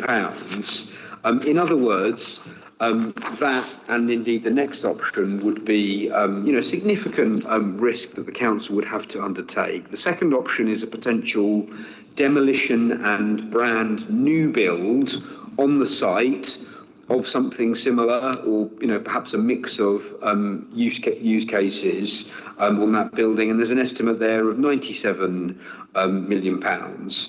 I think we have to be clear, and this is set out, this would represent one of the largest speculative commercial developments in recent times in the city, and certainly one of the largest in the last 20, 30, 40 years that a local authority would undertake. It would be, in the case of the new build, more than twice as big as the I-360. And I think we just have to be very clear to residents that whilst we absolutely acknowledge that it has been a disaster, the loss of these commercial facilities and what New England House represented to the creative sector in the city, we absolutely acknowledge that, but we also have to make the decisions that are in front of us. And I can't recommend to my Cabinet colleagues, and I'm interested to hear their thoughts on it, I can't recommend that course of action with the taxpayers' money of Moulscombe and Bevendine or any other ward in the city. I'm not making a £97 million in potential speculative investment in a commercial property when we don't know whether there will be payback within our council terms or council lives, perhaps even our entire lives, given the time periods we're talking about and the scale of the development. So I don't believe either of those options are the right thing for the city and for the council. And so what the report instead proposes is that we draw up a developer or development brief for that building and indeed potentially surrounding buildings in the area, which could be, by the way, a very exciting phase for that area of the city. I think that city could benefit from significant development and having a big ambition for that area that might be a mix of creative commercial, retail commercial, and potentially housing. And so the proposed way forward is to draw up a development brief for that site within which the building could be sold but meeting the objectives of the developer brief. And my honest assessment is that is the best way forward on that building. We heard good and interesting representations from the Friends of New England House today in putting in an application for it to be an asset of community value, and we will engage with that and pursue that with interest, because that may offer an interesting option. What we have also set out in the report is that we do have other space available, commercial space, some of which will already be suitable for creative or maker space, and some of which perhaps could be enhanced by anyone who wants to take it on. And those details are set out in the report, and where officers are actively sharing those spaces with people that we know might be interested. And it would be a great outcome if we could get some of those creative businesses that either want to start up or grow to stay in the city or expand in the city by looking at some of that space. So that's New England House. I just want to briefly touch on operational. We've talked quite extensively about the Hove Park Valley campus site. We have now agreed as Cabinet to the consolidation plan of the school, which now means we can think about the Valley campus site as and when that is vacated in a number of years' time. But the proposal is to consider a disposal of that site. But there is more to come on that, I think. There's a few commercial properties in Bond Street that are proposed, and then also some properties within our rural agricultural portfolio, which are listed from 3.18 onwards. There's 3 sites: a small triangle of land at Falmer, a small plot of land in Saltdean that we've discussed, and then also a more substantial plot of land not in the city but within but near Poynings. What I do want to say there is we've had representations from the DAP and the Download Advisory panel, to which I have initially responded, but I do want to commit to working with them on the next steps. Let's consider these disposals. What we're agreeing today is the in principle disposal of them and delegated to the relevant officer and myself as Cabinet member. Let's engage on these sites and work out the best way to do it. Of course, protection of our South Downs and of our downland is extremely, extremely important, and I believe that we can do that through working sensibly on these plots of land, while also realising capital seats where possible. Chair, with that, I'll leave it there and ask Cabinet to support the overall proposals on each of the sites listed. Excellent. Thank you, Councillor Taylor. A really thorough explanation of where we are. I am going to ask for comments and questions from colleagues. I also want to ask first, are colleagues wanting to go into part 2 on this item today? No one feels the need to go into part 2. Excellent. In which case, let's go into comments, but just be minded that there are obviously part 2 papers, so we will keep everything in part 1. Councillor McGregor. Thanks very much, Chair. I totally agree with everything that Councillor Taylor said. And from my own brief, talking about the economy and culture side, there has been a lot of people that are worried about that loss of New England House, and the response is completely right. And the one thing I think has been great is being able to work together to find those assets that people can be in months rather than waiting a decade for what would potentially be something that might not even make any money. Because I think that's the one reason why New England House was so successful, was because it was, it was cheap rent for commercial creative projects to work. And that won't be possible if we're spending £100 million to be able to rebuild it. And so I think it's showing that we are being quite innovative and quick and able to put out that creative space. So I think it's positive that we're moving forward with this strategy, but I think it's even more positive that we're able to find that creative space at such a short notice, and long may it continue. But yeah, thank you. Thank you, Councillor McGregor. Any other comments or questions on this? Councillor Allen. Thank you, Chair. I just want to go into our agricultural portfolio and the 3 sites we've identified. The pros around the description for the land south of Poynings goes into great detail about how it's in the national park and therefore it significantly constrains and restrains the ability of securing planning consent for any development, which I think will be very reassuring for the people concerned about that, like the Downland Advisory Panel. Now that prose is missing from the land at Falmer, but it's equally applicable. It's also in the South Downs National Park, and so the same constrictions apply. And I think that's really important. But also, going on to the land at Saltdean as an urban fringe site within our planning policy, there are equally applicable planning policies on what can and cannot be built there. So I just want to really articulate that point, that this isn't us throwing land to developers for them to build something ghastly. It'll all have to go through due process and be appropriate for the sites respectively. And I know, having engaged with Falmer Parish Council over the last few months, something which I hope will not be winding down, given today's announcement, that the land at Falmer is currently one parcel but divided.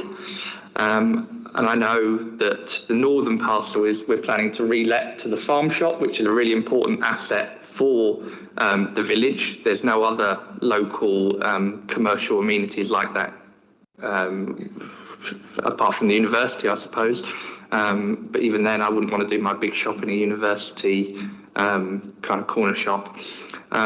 So I think that's a really positive step, and one that I want to make really clear to the public. Thank you. Thank you, Councillor Allen. Councillor Rokins. Thanks, Chair. Thanks, Councillor Taylor, for the report. A couple of things I want to speak to New England House and the agricultural side of this as well. New England House, I think, well, I suppose I just want to recognise the role that building has played as a sort of home and an incubator for some key and important businesses in the city, and particularly the creative sectors. Many members in the room will be aware that I used to work, well, still try to occasionally work in the music industry, which obviously is a lot harder due to the pressures of this job. But and there was obviously, because they've now had to move out, I would say locally iconic record label based in that building called True Thoughts, and I did plenty of work for them, and they've had a real role in not just being a successful business and a successful creative presence in the city, but obviously supporting a wider industry that extends well beyond the boundaries of New England House. So just to sort of recognise the importance of the various businesses and projects that have been retained in that building.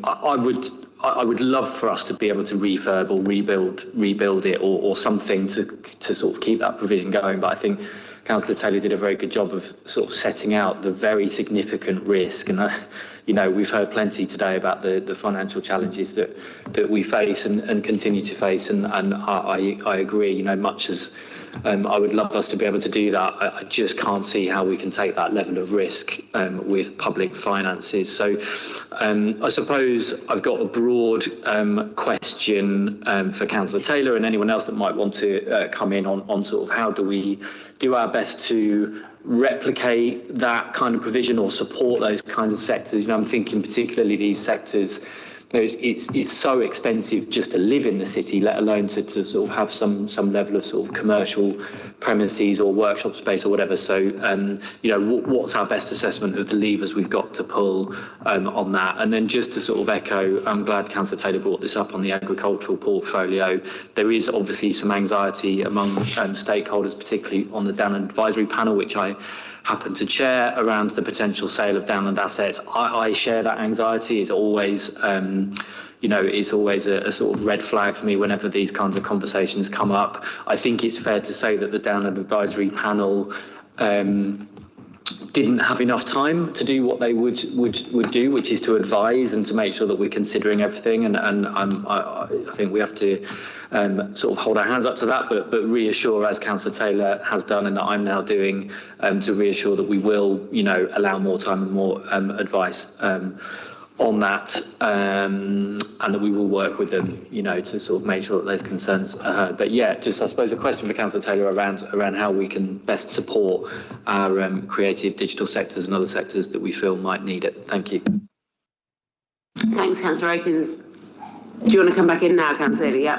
Just coming there quickly. Well, I think there's a couple of ways. The first might be via the developer brief that we put out for this site itself and what that might say about commercial space. The second is, as Councillor McGregor drew out, that we do have various existing properties that are perhaps underutilised and that we could let to try and support those sectors. I mean, overall, we do have to take a bit of a step back and say it's not the primary job of the council and its asset portfolio to pick particular sectors and give really cheap rents to only those sectors. That's quite a tricky space for the council to be in, because other sectors can quite easily ask, well, okay, we're not creative, but we're a legal company, an accountancy company, we're a charity, which Councillor Alexander might be talking about. We're, a clothes business. Any other kind of sector might say, well, why are you specifically providing discounted rental provision for a specific sector? So I think overall our strategy on our commercial portfolio generally has to be, maintaining properties, trying to maintain them to a good standard and trying to let them, largely speaking, at market rents. But that said, we do have an important role in shaping our city and our places, and as I say, via developer brief and via our existing assets, we can potentially do that. And it's also not impossible that we may think about other assets that we've either got or that we could acquire that could be used for those kinds of things in the future. Thanks, Councillor Taylor. Councillor Alexander. I wanted to ask regarding the land south of Poynings, if I'm pronouncing that right. Can you clarify that you will be, that the council will be speaking to both the existing tenant and also the National Trust to see if they have an interest in buying it? Yeah, I think that is exactly the way forward. And as I've said, we will talk to the Downham Advisory Panel as soon as possible after this decision to discuss that. But yes, I think that is absolutely the intention, and the National Trust may well be interested. Councillor Meaton. Thank you, Chair, and thank you, Councillor Taylor, for your comprehensive report, bringing this important paper to Cabinet today. This clearly demonstrates our administration's commitment to a serious financial responsibility and sustainable approach in balancing the books. Not taking financial reckless risks with the city's assets, as the Green Party did with their pursuing a reckless funding model for a vertical seafront vanity project. Our focus is on serving our city and its residents well. And it's understood the financial imperative that we're under, and the realisation of capital receipts or the release of land property for housing or other means is an absolutely essential part of our careful, considered financial recovery plan. Building on Councillors Rokins, Alexander and Allen's comments, and as a member of the Downland Advisory Panel, or DAP, there are 3 sites under consideration from our agricultural portfolio, as set out in sections 3.18, 3.19, 3.20 of this report. And these have been presented already to the DAP. It is my understanding that there may be significant opportunities to improve the environment and work with partners to improve this in that regard, such as the National Trust as referenced in the land in Poynings. I very much welcome Councillor Taylor's commitment and assurances to further dialogue with the DAP and other stakeholders and local communities, and appreciate his support for that process and the engagement of those stakeholders. Thank you. Thanks, Councillor Meaton. Any other comments or questions? Sorry, Councillor Robbins, I didn't see.